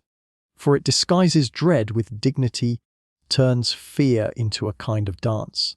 People murmur to one another, some swaying unconsciously, their minds grasping at any semblance of normalcy. A crewman, breath clouding in the night air, whispers to another, "They're buying us time, that's all it is." The other nods, though his eyes glisten. Time, yes. A gift measured not in minutes, but in courage. And so the music goes on. Every lifeboat lowered becomes both salvation and a wound. The empty spaces left behind are not just gaps on the deck, but gaps in hearts, in families, in the story of who will walk into tomorrow and who will fade into the sea. Through it all, Wallace Hartley never wavers. His hands are steady, though numbed with cold. His fellow musicians do not falter. They play not for themselves, for each knows he could have sought a place on a boat, but for those around them, for the fragile dignity of strangers in despair. Music becomes sacrifice, and in that sacrifice, something luminous shines through. Not triumph, not victory, but the quiet grace of human beings choosing beauty even in the face of death. Their bows carve sound into the night like light against a canvas of darkness. Their notes carry what words cannot solace: courage, a fragment of eternity. On the decks, panic and dignity still wrestle, but the balance tilts. The sound of the band is stronger than fear. It holds people upright when their knees might otherwise collapse. It steadies hands that tremble. It softens voices sharpened by desperation. As the final boats pull away, the ship grows quieter. Fewer orders are shouted now. The choices have been made. The divide between those leaving and those staying is set. And yet, across both sides of that divide, the music still drifts, binding them together in one shared moment. The last unity of a fractured night. The stars overhead are countless, cold, eternal. Below, the sea waits dark and patient. Between them, on this wounded ship, men with instruments hold back despair with fragile strings. And so, under the law of woman and children first, another law rises, that of courage. That even as the decks tilt, even as the ocean climbs, there remains space for song. The lifeboats vanish into the black horizon, carrying fragments of families, fragments of hope. Yet on the doomed ship, music continues, fragile and eternal, defying the silence of the sea. And soon, that silence will answer. The hours slip away like water through the seams of the ship. By now, the tilt is undeniable. Passengers stumble slightly as they walk, glasses slide across tables, and a piano in one of the first-class lounges shifts with a muted groan. Still, the lamps burn, and the Titanic's chandeliers, cast their proud glow over a vessel that refuses, even in death, to surrender her dignity. The band has been playing for nearly an hour. Waltzes, rags, light airs, each chosen to steady the nerves of those who gather on deck. For many, the music works, fear does not vanish, but it quiets, lulled into a kind of uneasy patience. Men light cigarettes, women clutch shawls more tightly, children press against their mothers. All around, lifeboats lower, ropes creak, officers call out orders. Yet through it all, the music flows, as if it were the very bloodstream of the ship. But Hartley knows the hour has changed. The playful waltzes are no longer enough. The air is colder now, the crowd more restless, the truth more visible in the tilt beneath their feet. People are beginning to understand. And so he decides. Not just any tune, not something for distraction or amusement, but something deeper, older, rooted in faith. He lifts his bow, nods to the men, and begins the hymn that has lived within him since boyhood. Nearer, my God, to thee. The first notes rise fragile against the Atlantic air. The violin quivers in the cold, but Hartley's hand is steady. Slowly, the hymn unfolds, and the other instruments follow the cello's low voice, the soft hum of the bass, the violins weaving in unison. It is no longer entertainment, it is prayer. Passengers stop where they stand. Some look up in surprise, expecting another light tune, but instead hearing something that reaches past the surface of the night. The melody drifts upward, carried on the breath of the ocean wind. And in its strains, people hear what no officer has yet spoken aloud. The ship is dying. The hymn tells the truth, but it tells it gently. Some fall to their knees, praying aloud in languages the officers do not understand. Others hold hands tightly, couples who will not be parted, parents clutching children.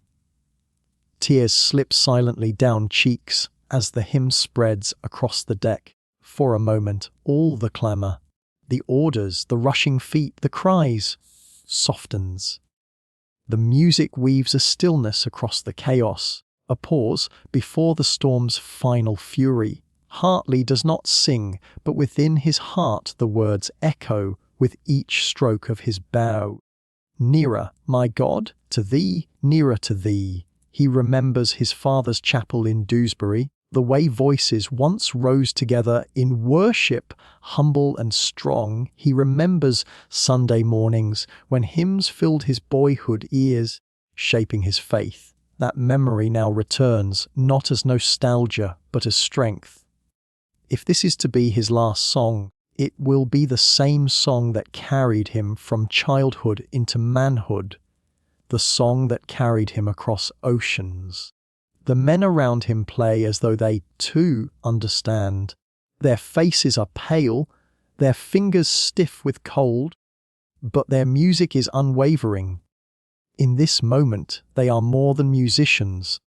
They are shepherds of sound, guiding souls through fear into something like peace. Survivors will later disagree on what exact tune was played last. Some insist it was a light air, others recall ragtime. But many, with voices trembling, will swear it was this hymn, and perhaps it does not matter whether memory bends or blurs. What matters is what they heard in their hearts. Music not of this world, but of the threshold between life and eternity.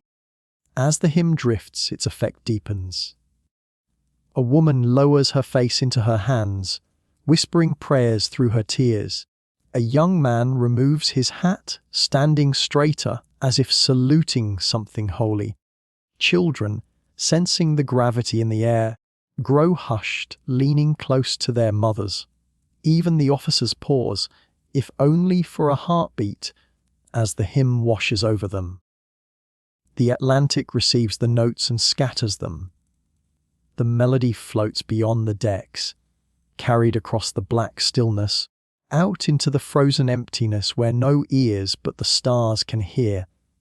It is as though the ship itself sings, her proud body groaning while her soul releases its last hymn, and still the band plays. Hartley's fingers burn with cold, the bow trembles with frost, yet he does not stop, he cannot. For to play is to resist despair, to offer something beautiful in the face of ruin. The hymn becomes more than melody, it becomes courage. Around him, the lifeboats continue to lower. Wooden shells creak against their ropes, lanterns flicker, and voices rise in protest as places run out. Men are turned away, women and children are urged forward. Arguments break out, then fall silent as the hymn rises above them. For a moment, even anger cannot compete with prayer. Some try to joke still, clinging to bravado, but their laughter breaks quickly. Others stand silently, unwilling to face what they know but unable to look away. The hymn holds them in place, binding them in a shared acknowledgement of mortality. In its melody, there is both sorrow and strange comfort. Hartley's eyes close for a moment. He thinks of his fiancée Maria Robinson waiting in England. He will never see her again, yet he imagines his music reaching her somehow across the waters, across the years. Perhaps she, too, will hear this hymn one night in her dreams. Perhaps she will know that in his last hour he did not falter.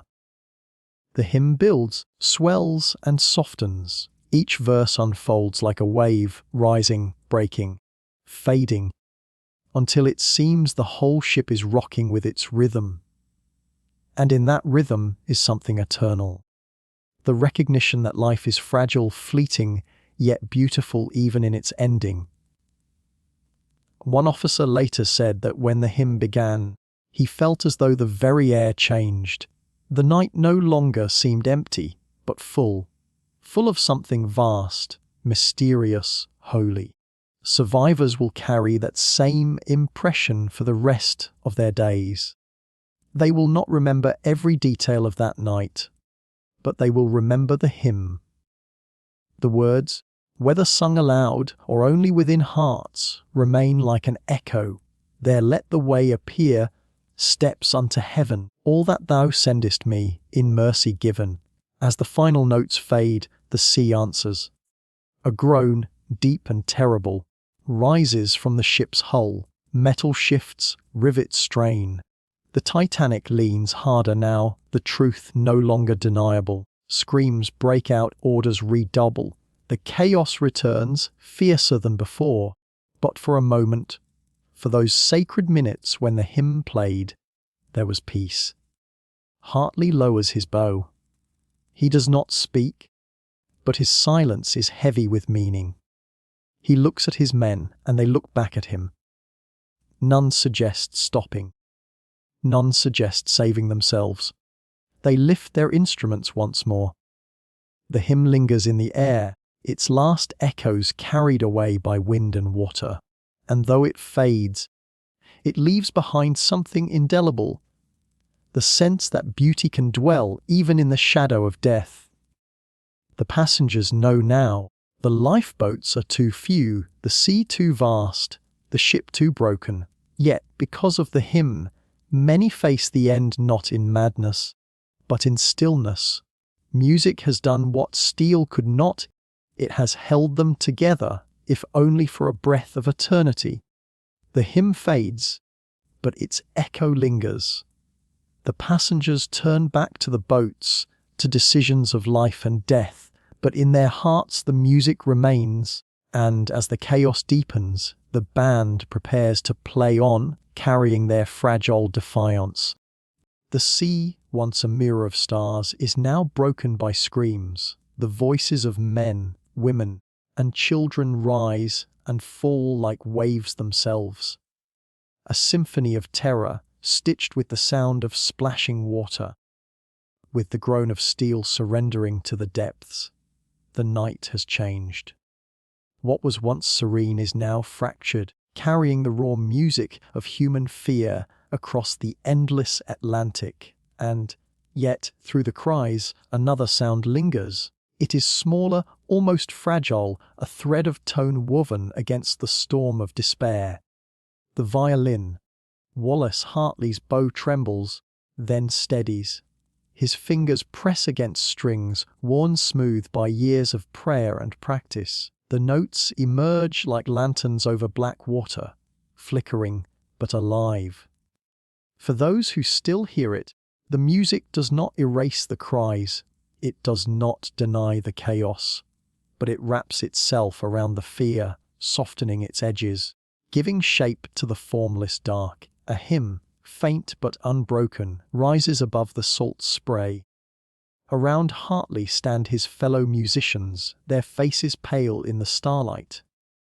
Some clutch their instruments tightly, knuckles white, as though wood and brass are anchors against despair. They know the truth, lifeboats are dwindling. The water, colder than death itself, is waiting, and still they play. It is not denial, it is not madness, it is devotion. Each note becomes a kind of prayer, a plea not for salvation of the body, but for steadiness of the soul. The music does not promise survival. It promises dignity in the face of annihilation. To the passengers, huddled in lifeboats or trapped upon the slanting deck, it offers a reminder that beauty has not yet abandoned the world. Salt spray drifts across Hartley's cheeks. The Atlantic wind swallows much of the sound, but he continues, bow moving like a hand against time itself. In the distance, a mother clutches her child in the freezing dark, whispering a hymn to keep his eyes closed. Her song mingles with the violin's voice. A sailor, his strength failing, listens for one last moment before slipping into the sea. Even his departure seems framed by music. The cries grow louder, closer. The ocean is devouring. Wooden oars creak as lifeboats push away from the giant's body. Those left behind cling to rails, to fragments of hope to each other. The deck tilts further, and lantern light flickers across terrified faces. Still, the band plays. Their hymn is no longer only, "Nearer, my God, to thee." It shifts into fragments of waltzes remembered, of ragtime once bright, of sacred melodies shaped in chapels.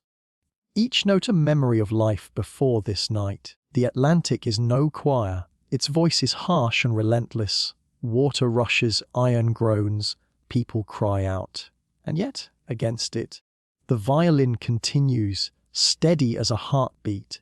It is as though Hartley is insisting that the sea shall not have the final word. If the ocean devours bodies, it cannot silence song. One passenger later recalls how surreal it felt the world ending, and music wrapping itself around the collapse. Another survivor swears that the hymn made her believe, even for a single breath, that death might be gentler than she had feared. The band's devotion transformed chaos into something sacred. Hartley himself is calm. The lines of his face are illuminated by faint lamplight, his eyes reflecting both fear and faith. He knows this is the end, but he also knows what the violin has always been: a bridge. Between heaven and earth, between sorrow and peace, between one moment and the next. Tonight it must bridge life and death. The musicians exchange no words.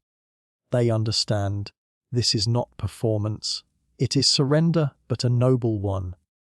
Every bow stroke, every breath into brass, every finger pressing against keys becomes a gift for those departing. Music, more than lifeboats, will carry them into eternity. And yet, the sea does not pause for reverence. The cries around them swell and break. A man plunges into the water, his voice torn away instantly by the cold. A lifeboat overturns, spilling its fragile cargo into the blackness. The hymn collides with these sounds, not overpowering them, but weaving among them like threads of light in a storm. Salt water gathers on the deck, rushing past their shoes. The Atlantic climbs, patient and merciless. Still the bow moves. Still the notes rise. They dissolve into the wind, vanish into the night, carried away to places unseen. No one can measure how far a hymn travels when offered in such an hour. Perhaps it reaches the ears of heaven. Perhaps it lingers. Even now, somewhere in the depths of the sea, there is a strange peace in it. Those who hear know they are standing at the edge of the world. They know the cold is waiting. But the violin tells them, you are not alone. Even here, even now, there is song, and to die with music in your ears is not to die in silence. The cries continue.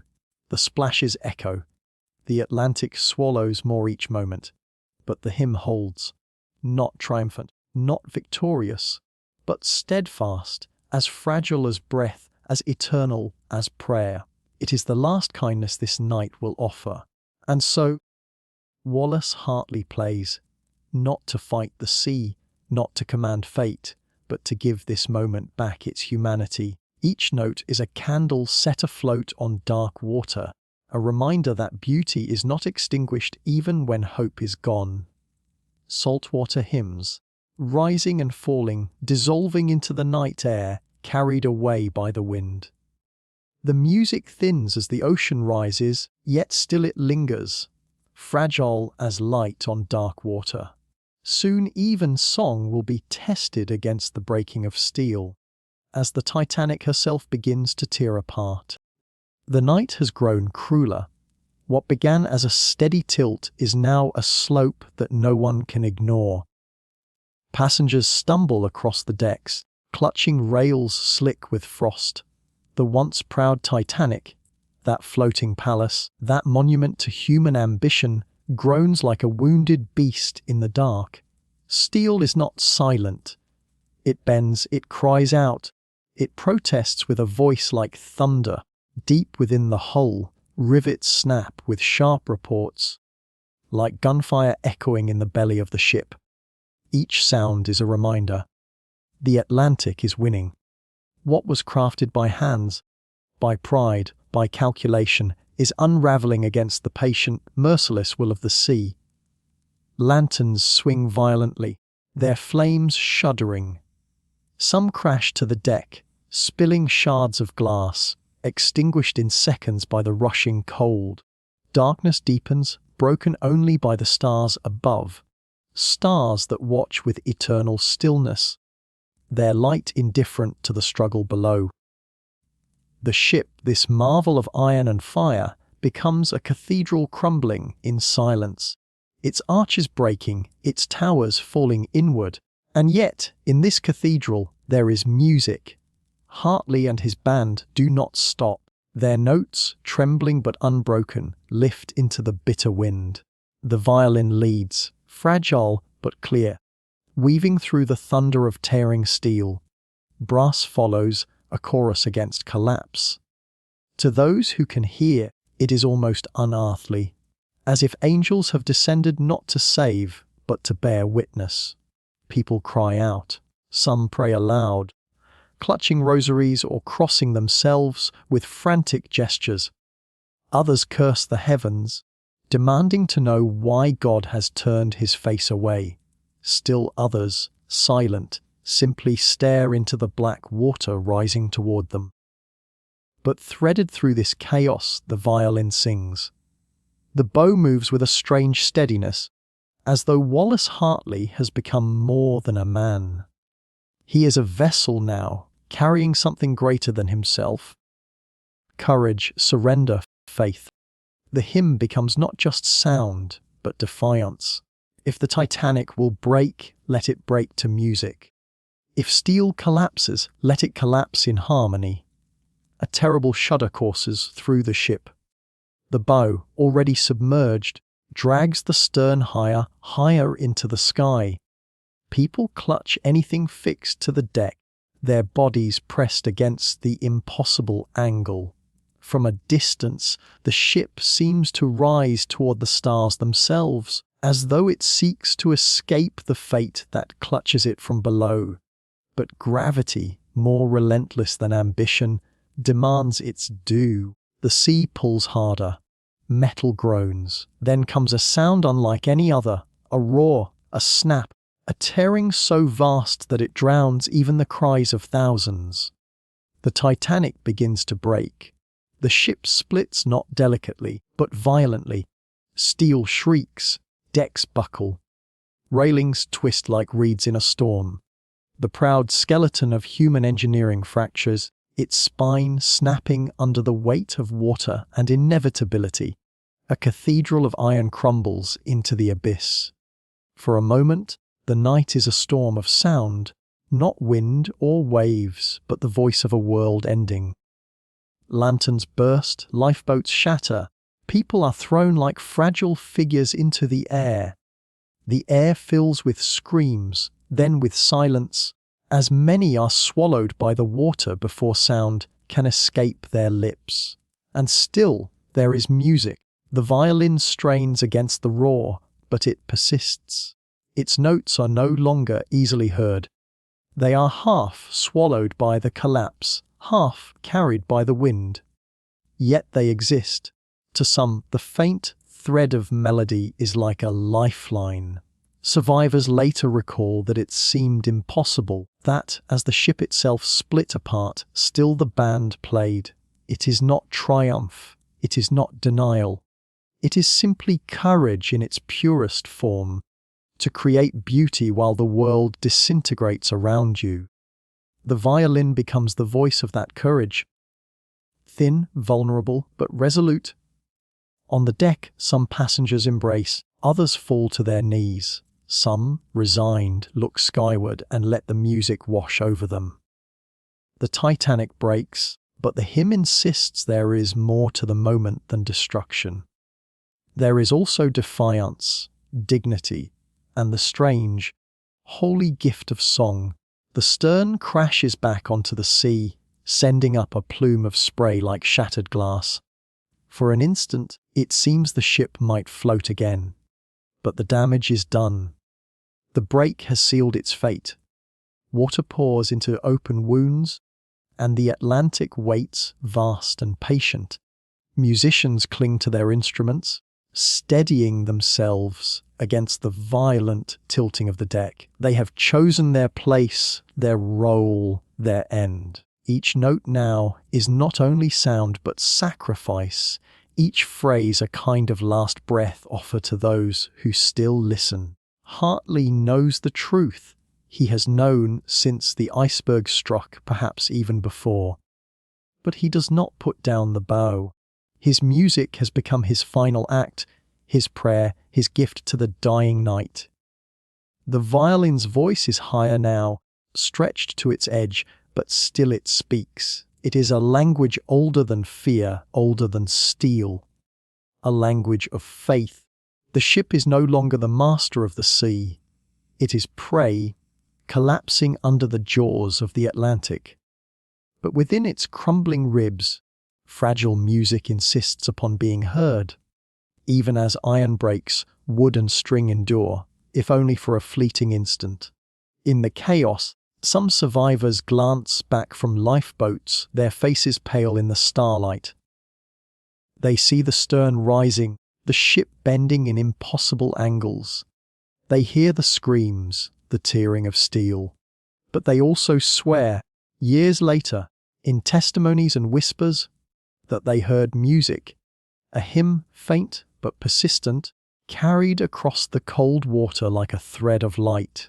And so, as the Titanic breaks in two, the world is given not only the image of collapse, but the memory of song. It is this paradox, destruction and beauty intertwined, that will echo through generations. The ship dies, but the violin still breathes. The night deepens. The stern groans. The Atlantic rises. Soon, even the hymn will falter. But for this brief, impossible moment, as steel bends and lanterns shatter, music defies the end. The ship groans in its death throes, but the violin still lingers. A fragile voice against the roar. Soon the last song will be played, a final offering before silence claims it all. The final note has faded. The last bow has stilled. Now the sea takes what it has claimed since the beginning. Silence. The Titanic groans, a long, hollow sound, as if the ship itself is crying out. Its stern, towering like a black cathedral against the stars, trembles.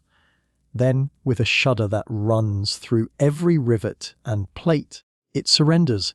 Steel, once proud and unyielding, bends like clay in the grip of the Atlantic.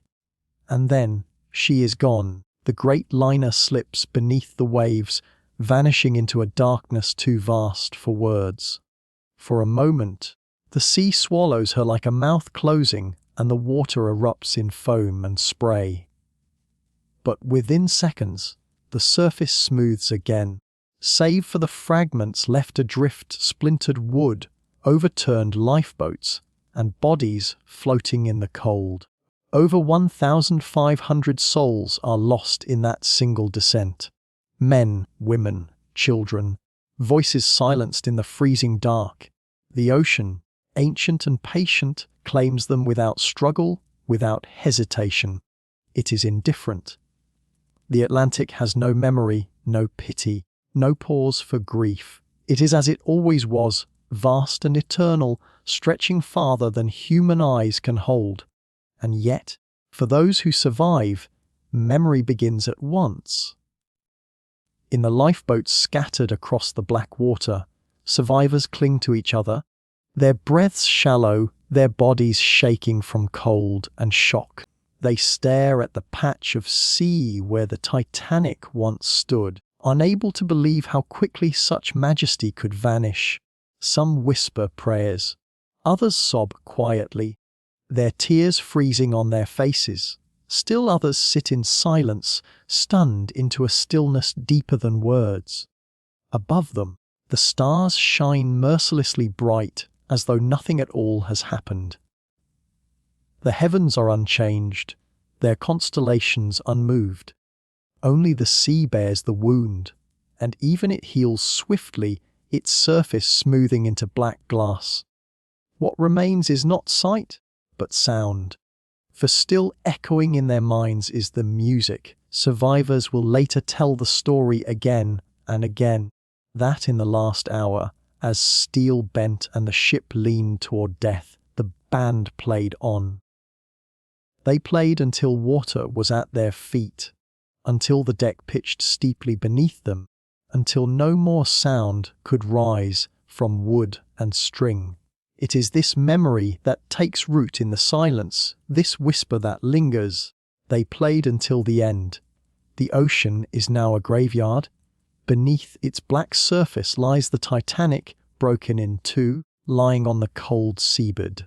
Around her drift the bodies of those who did not escape, their forms carried gently by the current, as though the sea itself is cradling them. The Atlantic keeps no headstones, no markers, no names. Only silence, but memory is stronger than water. Each survivor, in the years that follow, will carry fragments of this night. A child will grow old remembering the stars reflected in the water. A woman will close her eyes and still hear the hymn rising against the cries. A sailor will dream of the bow splitting over and over as though time itself refuses to let the moment end. For them, the Titanic does not rest quietly at the bottom of the sea. It rises again in memory, in retelling, in every whispered detail. And at the center of that memory stands Wallace Hartley and his band, their music floating above the dark like a final benediction. In the lifeboats, people cling to this image, repeating it softly, as if to steady themselves against the cold. They played until the end. Hours pass. The cries in the water grow fewer. Some lifeboats, too fearful of being overturned, keep their distance. Others drift nearer, but find no more voices calling. The ocean grows quiet once more, leaving only the sound of oars dipping into the water. The creak of wood, the shivering breaths of the living. The night stretches long. The survivors stare into the dark, unwilling to close their eyes. They are surrounded not by land, not by safety, but by the grave of the Titanic. Every ripple is a reminder of what has been lost. Every gust of wind carries echoes of those who no longer speak. The Atlantic is vast, and it does not grieve. But above its stillness hovers a truth that cannot be drowned, that in the last moments of the ship, when fear and chaos could have ruled, there was music. Fragile, trembling, fading, but music nonetheless. And so, even as the Titanic lies shattered in the deep, the band's final hymn lingers. It becomes part of the night, part of the memory, part of the story survivors will tell when dawn finally breaks. The sea is silent again, vast and indifferent, yet whispers travel across the lifeboats. They played until the end. Soon the rescue ships will arrive, and the silence will give way to voices once more. The night has broken. The stars that glittered coldly above the Atlantic fade into the pale wash of morning. The sea is restless now, not with the cries of drowning men, but with the rolling silence of aftermath. The Titanic is gone. All that remains are lifeboats, scattered like fallen leaves on a black pond, and the shivering bodies of survivors who cannot yet grasp the enormity of what they have lived through. Dawn approaches slowly, as though reluctant to illuminate such sorrow. The horizon glows faintly, and with it comes a new sound. The steady engines of a rescue ship, the Carpathia, small in comparison to the lost giant, steams forward through the wreck-strewn sea. For those who sit hollow-eyed in the lifeboats, it is a sight that feels both merciful and cruel. A ship arriving after the catastrophe, too late to save the ones swallowed by the water, but still a lifeline to the living. The survivors are lifted aboard, one by one. Some stumble, some weep, some can barely move at all. Blankets are wrapped around trembling shoulders, cups of broth are pressed into shaking hands. But the true burden cannot be warmed away. It is the weight of memory. Each survivor carries within them a story too vast for words. And amid their fragmented recollections, one theme repeats, like a refrain, like the echo of a hymn that refuses to be silenced. The band. The music. Wallace Hartley and his men. In the hours after the sinking, survivors describe them with a reverence that borders on the sacred. Some speak through tears, others in hushed awe. They played as the ship went down. The image is so unlikely, so extraordinary, that it fixes itself instantly into legend, among the chaos, the terror, the scramble for lifeboats. There was an island of calm, a group of men bowing their heads over strings and brass, summoning notes into the cold air as though music could mend what steel had broken. The accounts vary. Some remember ragtime, cheerful strains meant to soothe the panic. Others recall solemn hymns, drifting upward like a prayer for the dying. But all agree on one truth: the musicians did not stop. They played until the sea claimed them. And so, aboard the Carpathia, stories circulate like whispered scripture. Survivors lean close to one another, voices unsteady, retelling what they saw. For some, the memory is unbearable. To have watched men give their last breath to a violin or a cello while they themselves found space in a lifeboat. For others, it is a comfort, a reminder that even at the edge of despair, beauty had not abandoned them. Hartley's name begins to surface in the murmur of conversation. Not all knew him by sight, But those who did describe a man of quiet devotion. He was not flamboyant, not loud, but steady, dignified, unshaken. They recall his posture, upright as the decks slanted beneath him, his bow gliding over strings as though nothing could disturb the calm he carried in his chest. One survivor remembers his face lit by lantern light, pale but resolute, lips moving faintly as if whispering the hymn while he played. Word passes from mouth to mouth nearer, my God, to thee. It is said to have been the last song, the final offering before the ship broke in two. Whether or not every passenger heard it, whether or not every note reached the night air, does not matter now. The image has already taken root. It becomes truth by the sheer force of its resonance. The violinist on the sinking ship is no longer only a man. He is an emblem of courage, of devotion, of something eternal. In the days that follow, newspapers seize upon the story. Headlines proclaim the heroism of the band, placing Hartley at their center, while lists of the dead and the saved are printed in stark black ink. The tale of the musicians is told with a different voice, almost lyrical, as if journalists, too, cannot resist the poetry of it. The Titanic was meant to be a triumph of steel and modernity. Its loss is a blow to pride, a reminder of hubris. But the band becomes a kind of redemption woven into the wreckage, proof that even as technology failed, humanity rose. On the Carpathia, as the ship sails slowly toward New York, the survivors carry their fragments of the band's last performance in silence. They are not yet ready to sing it aloud, but the melody lingers in them, shaping grief into something more bearable. The sound of the violin is gone from the air, but it has entered memory where it will not fade. For Wallace Hartley himself, there is no grave yet. His body lies somewhere in the deep, or drifting still on the restless waves.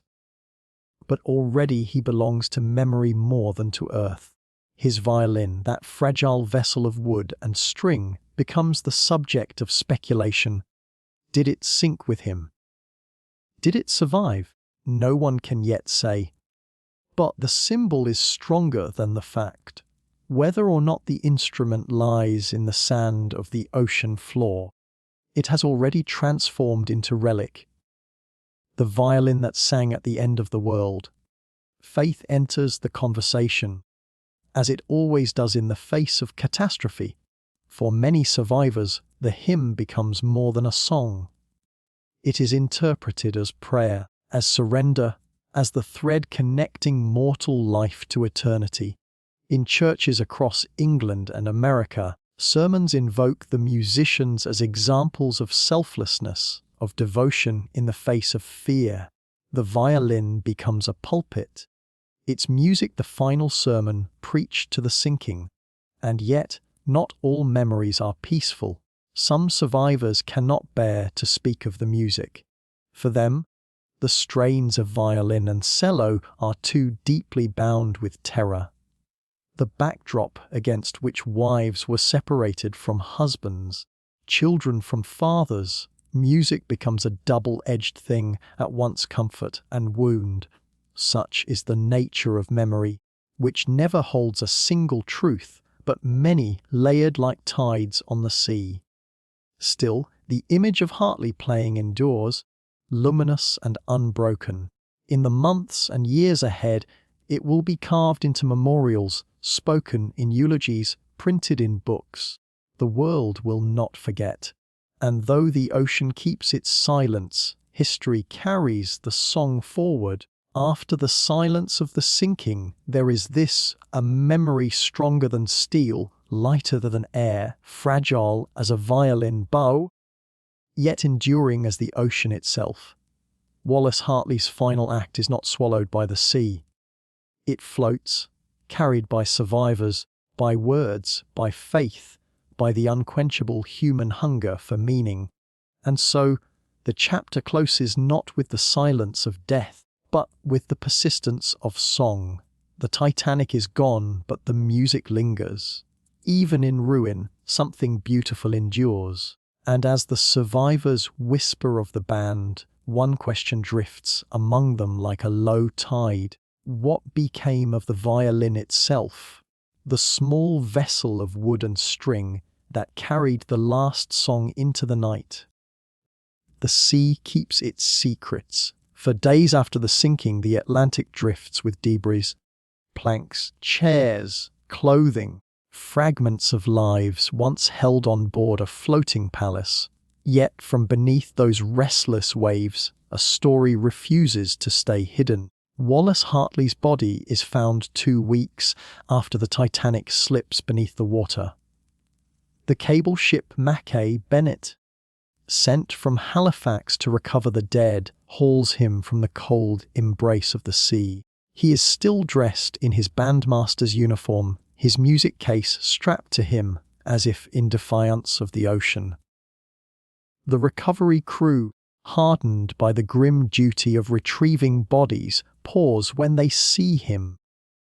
There is something about the quiet dignity of this man. A man who had played until the very end. That stills them. Inside the leather case they discover his violin. The instrument is water-stained, its varnish clouded by salt, its fittings warped by the sea's long fingers, yet it is intact. Fragile wood, so vulnerable to water and time, has endured the collapse of a great ship and the pressure of the waves. It is as though the instrument itself has refused to vanish, clinging to the world just as its master once clung to his music. The violin is sent back to England, returned to Hartley's fiancée, Maria Robinson. For her, it is not merely wood and strings. It is the last relic of the man she loved. To hold it is to hear his voice again, to feel his presence lingering in the silence he left behind. She keeps it safe, tucked away, treasuring it as one treasures a photograph or a letter, something that carries the weight of memory in its very fibers. For Maria, the violin becomes both comfort and wound. It is the proof that Wallace lived, played, and perished as the world bore witness. And it is also the reminder that he is gone. The instrument itself becomes a paradox. It is not beautiful in the way it once was. The ocean has left its scars upon it. The wood bears salt marks, the fittings are corroded, and the case shows deep wear. Yet this damage does not diminish the violin's worth. It deepens it. Every stain is a signature of history. Every blemish is a testimony. The violin is no longer an instrument meant to produce sound. It has become a silent witness, holding within its grain the memory of that night. In time, the violin passes through generations, moving quietly from hand to hand. Some keep it hidden, unsure of what to do with an object so heavy with meaning.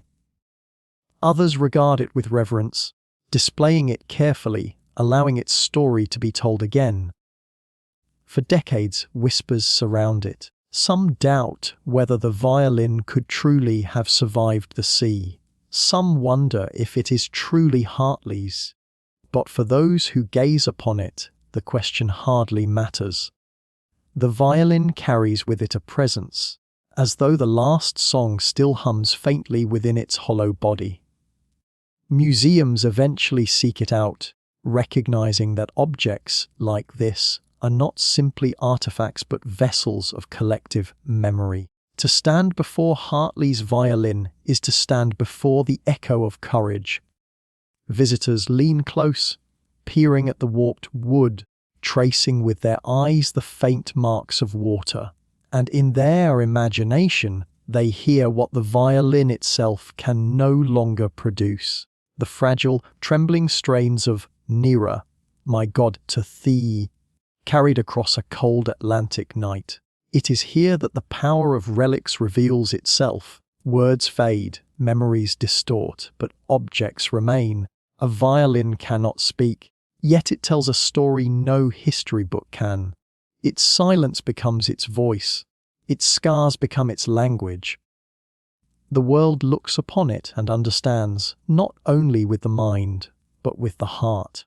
This was the instrument that sang as the ship died. This was the wood that trembled in a man's hands as steel broke and the sea claimed the rest. For Maria, who never married after Wallace's death, the violin was a piece of eternity she could hold.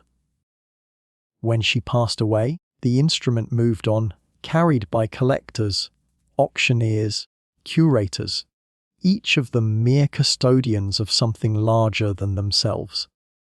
By the 21st century, the violin emerged again, authenticated through painstaking research, its story reaffirmed.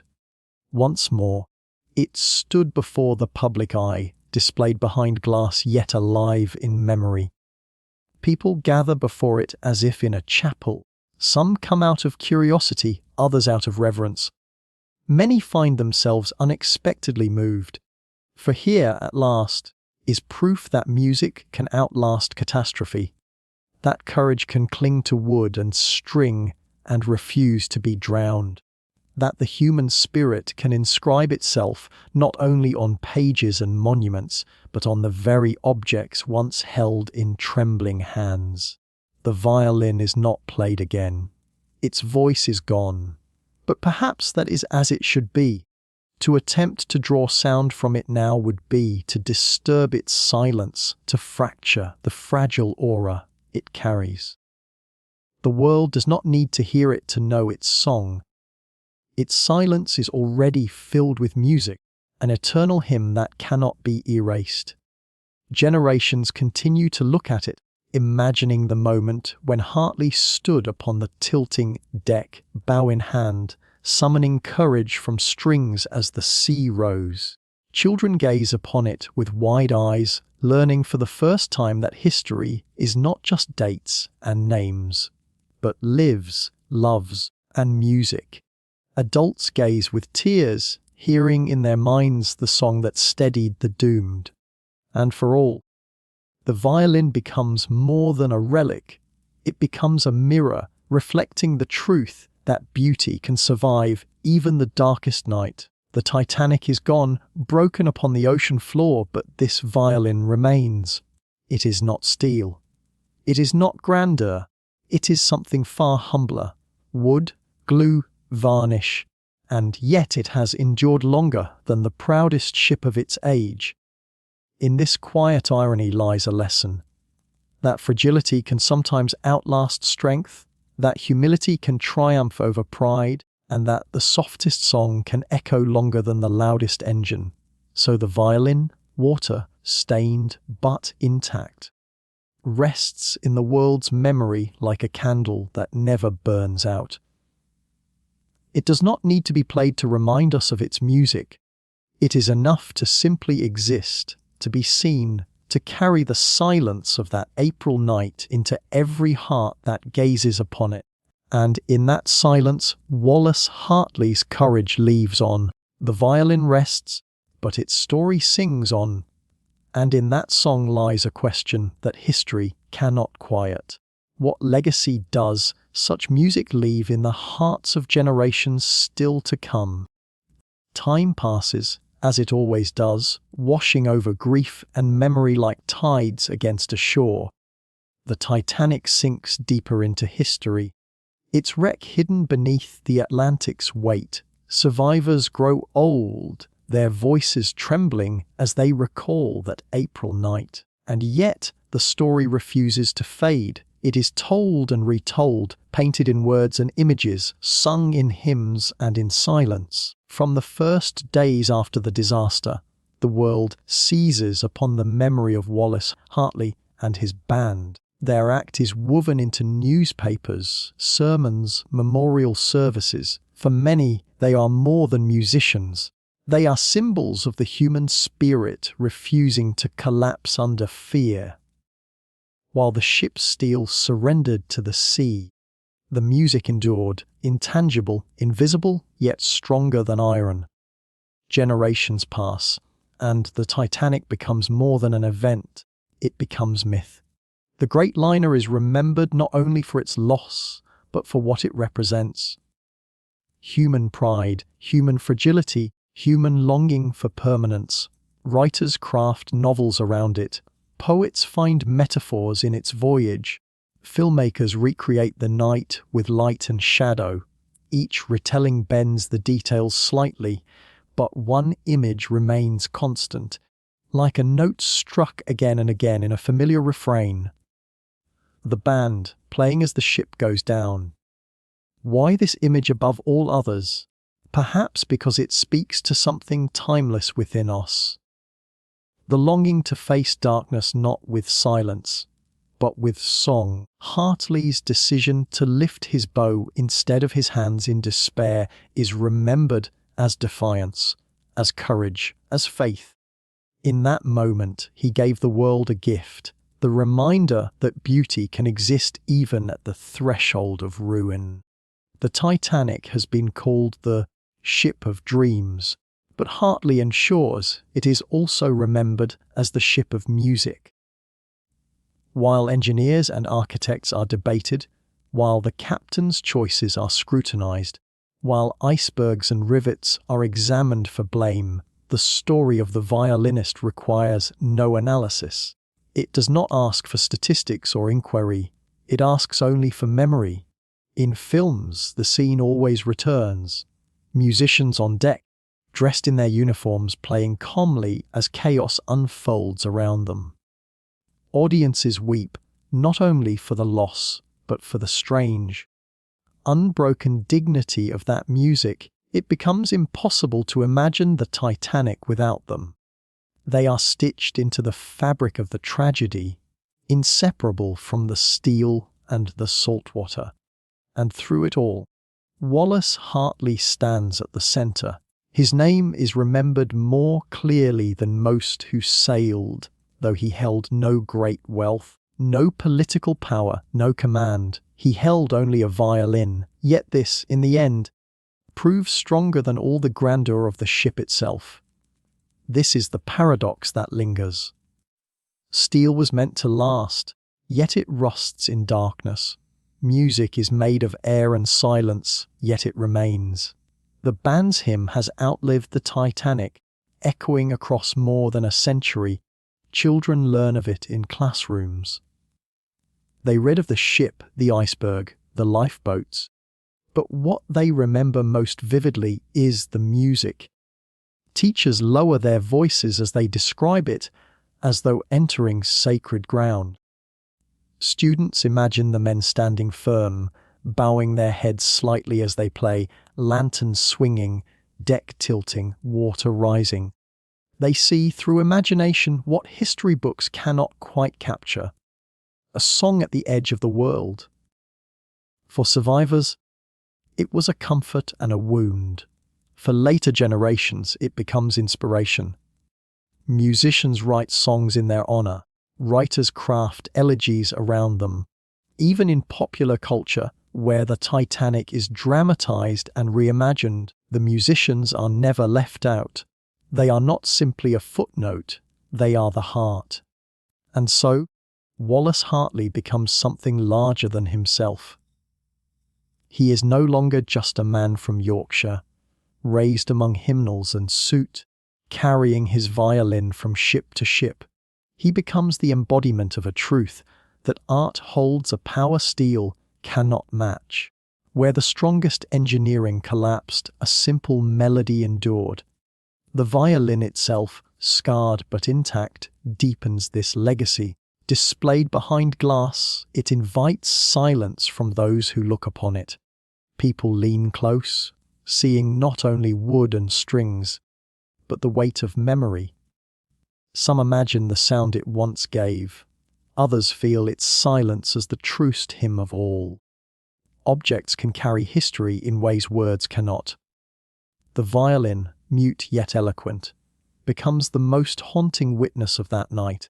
And in this way, Hartley's music becomes a bridge between generations.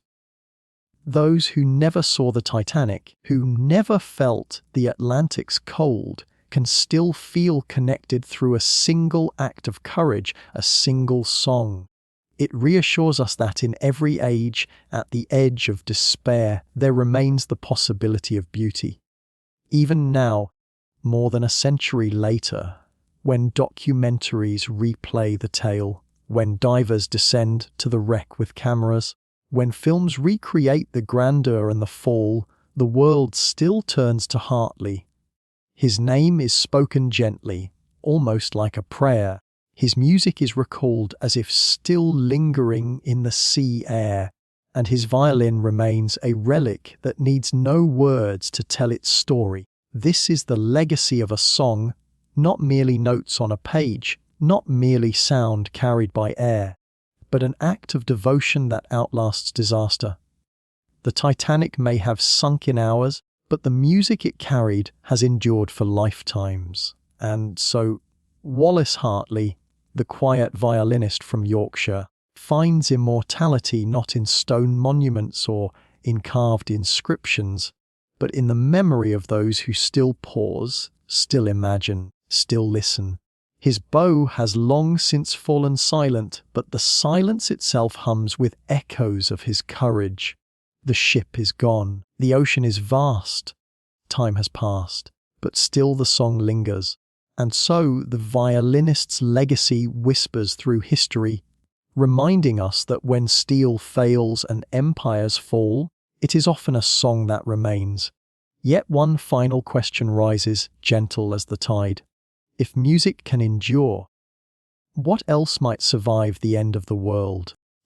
The Titanic lies in silence 2 miles beneath the cold Atlantic, what was once a floating palace, filled with music, laughter, and the confidence of an age, is now scattered metal and sea-swept corridors draped in rust. Yet the story does not stay buried with her. In some strange way, the sinking was not an end, but a beginning. It marked the death of one kind of world and the birth of another. When the Titanic left Southampton in April of 1912, the world believed it was sailing toward progress without end. Ships grew larger, industries faster, fortunes richer. Human ambition seemed to stretch as far as the horizon. The Titanic was not only a vessel, but a statement. Steel stronger than nature, engineering more reliable than fate. And yet, within days, that statement would be undone. The collision with the iceberg was not merely an accident of navigation. It was the shattering of an illusion. The unsinkable proved sinkable. The confident proclamations of man crumbled into the indifferent vastness of the sea. It was, in a sense, the end of an era. No longer could people look at steel and machinery with the same faith. The Titanic's fall became a reminder that nature remains sovereign and human arrogance is always humbled. But within this collapse, something unexpected endured. Music. Wallace Hartley and his band, standing firm on the slanting deck, offered the world a strange kind of defiance. They did not deny death, nor did they pretend the ship could be saved.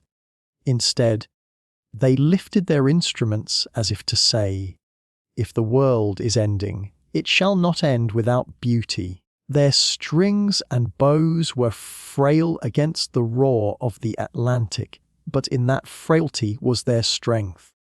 The Titanic is remembered for tragedy, yet it is Hartley's hymn that lingers longest in memory. It is worth pausing to imagine that night not from the perspective of history, but from the eyes of those present.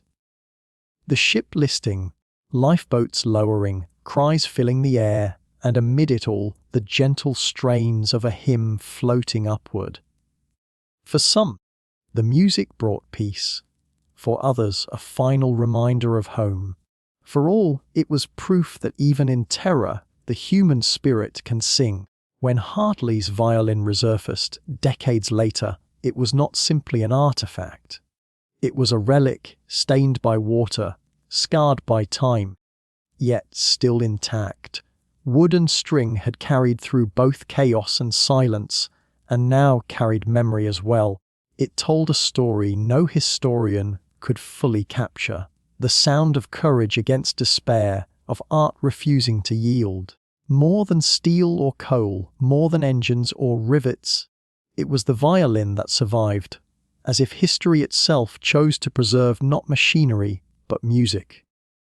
The world, in the years after Titanic, changed quickly. Only 2 years later, the First World War erupted, dragging nations into darkness no one had foreseen. In that war, ships larger than Titanic were built and destroyed. Millions of lives were swallowed by trenches and artillery. The arrogance of an earlier age was silenced by an era of blood. And yet, even then, people remembered the Titanic. They remembered her not as a lesson in engineering, but as a lesson in humanity, in the fragility of pride, and in the endurance of song. Cinema discovered her story early. In 1912 itself, silent films attempted to capture the tragedy. Later decades returned again and again to that night. Black and white reels, grainy newsreels, fictional retellings. Each generation, when faced with its own storms, seemed drawn back to the Titanic's deck, listening again for Hartley's hymn. Books were written, songs composed, even great Hollywood spectacles produced. And always, at the center, the band that played on. Why does this image endure? Perhaps because it answers a question every age asks in its own way. When the end comes, how shall we meet it? Some meet it in panic, some in denial, some in silence. But Hartley and his men met it with music. They offered the world a vision of dignity, of calm, of humanity standing firm against the void. The hymn was more than melody. It was a philosophy, a quiet declaration that beauty is never wasted, not even in the face of death. It is tempting to see the Titanic as a symbol only of hubris, a warning against pride. But her deeper legacy is more complex. She is also a reminder that, in the collapse of our greatest structures, what survives is not steel but spirit. Ships rust, empires crumble, wealth vanishes, yet song endures. Today, tourists visit museums where Hartley's violin rests behind glass. They lean close, as though listening for notes that no longer sound, and, in a way, they hear them. For the violin is more than wood and varnish. It is a vessel of memory, holding within it the last strains of a night that changed the world. Visitors leave in silence, carrying with them not just knowledge of disaster, but a kind of quiet reverence for art, for courage, for the fragile persistence of beauty. Perhaps this is why Titanic continues to haunt imagination. Not because it was the largest ship, nor because its fall was the deadliest of its time, but because within its ending was something eternal, a candle in darkness, a bow drawn across strings as the world tilted into silence. When we look back across history, we often see endings. The fall of Rome, the collapse of Babylon, the decline of empires. But endings are never simple. They carry within them echoes that move forward. The Titanic's fall was such an ending. The end of boundless faith in technology, the end of an era of excess. And yet it was also a beginning, a story retold, a song remembered. The ship sank, but the music rose. We, too, live in an age of steel and certainty. We build towers that touch clouds, networks that span continents, machines that think. And yet, like the passengers of 1912, we carry within us a quiet unease. The knowledge that all we build can break. What then will remain? What legacy will outlast the collapse of our empires, our technologies, our illusions? Perhaps the answer lies in the simple courage of Hartley's hymn. That what endures is not the structures, but the spirit, not the grandeur, but the grace, not the steel, but the song. The Titanic reminds us that beauty is not wasted even when unseen. That music played into the night, though swallowed by waves, still echoes through time. That dignity in the face of loss is not forgotten, and that even when the world ends, whether the world of a ship, an age, or an empire, it does not end without leaving behind a song. The violin rests now in quiet, its strings no longer sounding, but perhaps, in the hush of memory, they still vibrate, not with fear, but with faith, not with despair, but with defiance. The end of the world was not the end, for as long as a single heart remembers, the hymn endures. And so, the Titanic remains, not just as wreckage on the ocean floor, but as a story on human lips, a melody in human hearts. The sea may claim steel, but it cannot claim song. The waves may erase names, but they cannot erase music. The night may silence voices, but it cannot silence courage. In the hush after the final note, the ocean holds its breath, for even in ruin, beauty survives. And as we leave the Titanic's story, we carry not her arrogance, but her hymn, a reminder that when worlds fall, it is art and memory that remain. The ship rests beneath the sea, but the music drifts ever onward, asking us softly, when our own world tilts towards silence, what song will we leave behind? And so, the music drifts away across time, across oceans, across the centuries that separate us from that April night. The ship has long since settled into silence beneath the waves, yet Wallace Hartley's violin still hums quietly in the corridors of memory. Like a candle whose flame endures though the night has passed. What sank was steel, but what remains is song, and the tender reminder that even in the face of endings, beauty can rise and outlast despair. Perhaps that is the gift hidden in this story, that courage need not be loud, and legacy need not be carved in stone. Sometimes it is a single note carried on the air, a prayer whispered on strings, an act of grace in the shadow of the abyss. And though more than a century has slipped by, the echo of that night still stirs gently in us, a reminder that what is fragile may yet endure, and that harmony can be found even at the edge of silence. Thank you, dear listener, for sharing this quiet space with me tonight. In this moment, across distance and time, we have sat together with a story that belongs not just to history, but to the heart. Your presence here matters. You are not only hearing the past, you are carrying it forward. Now, may you let go of the weight of this day.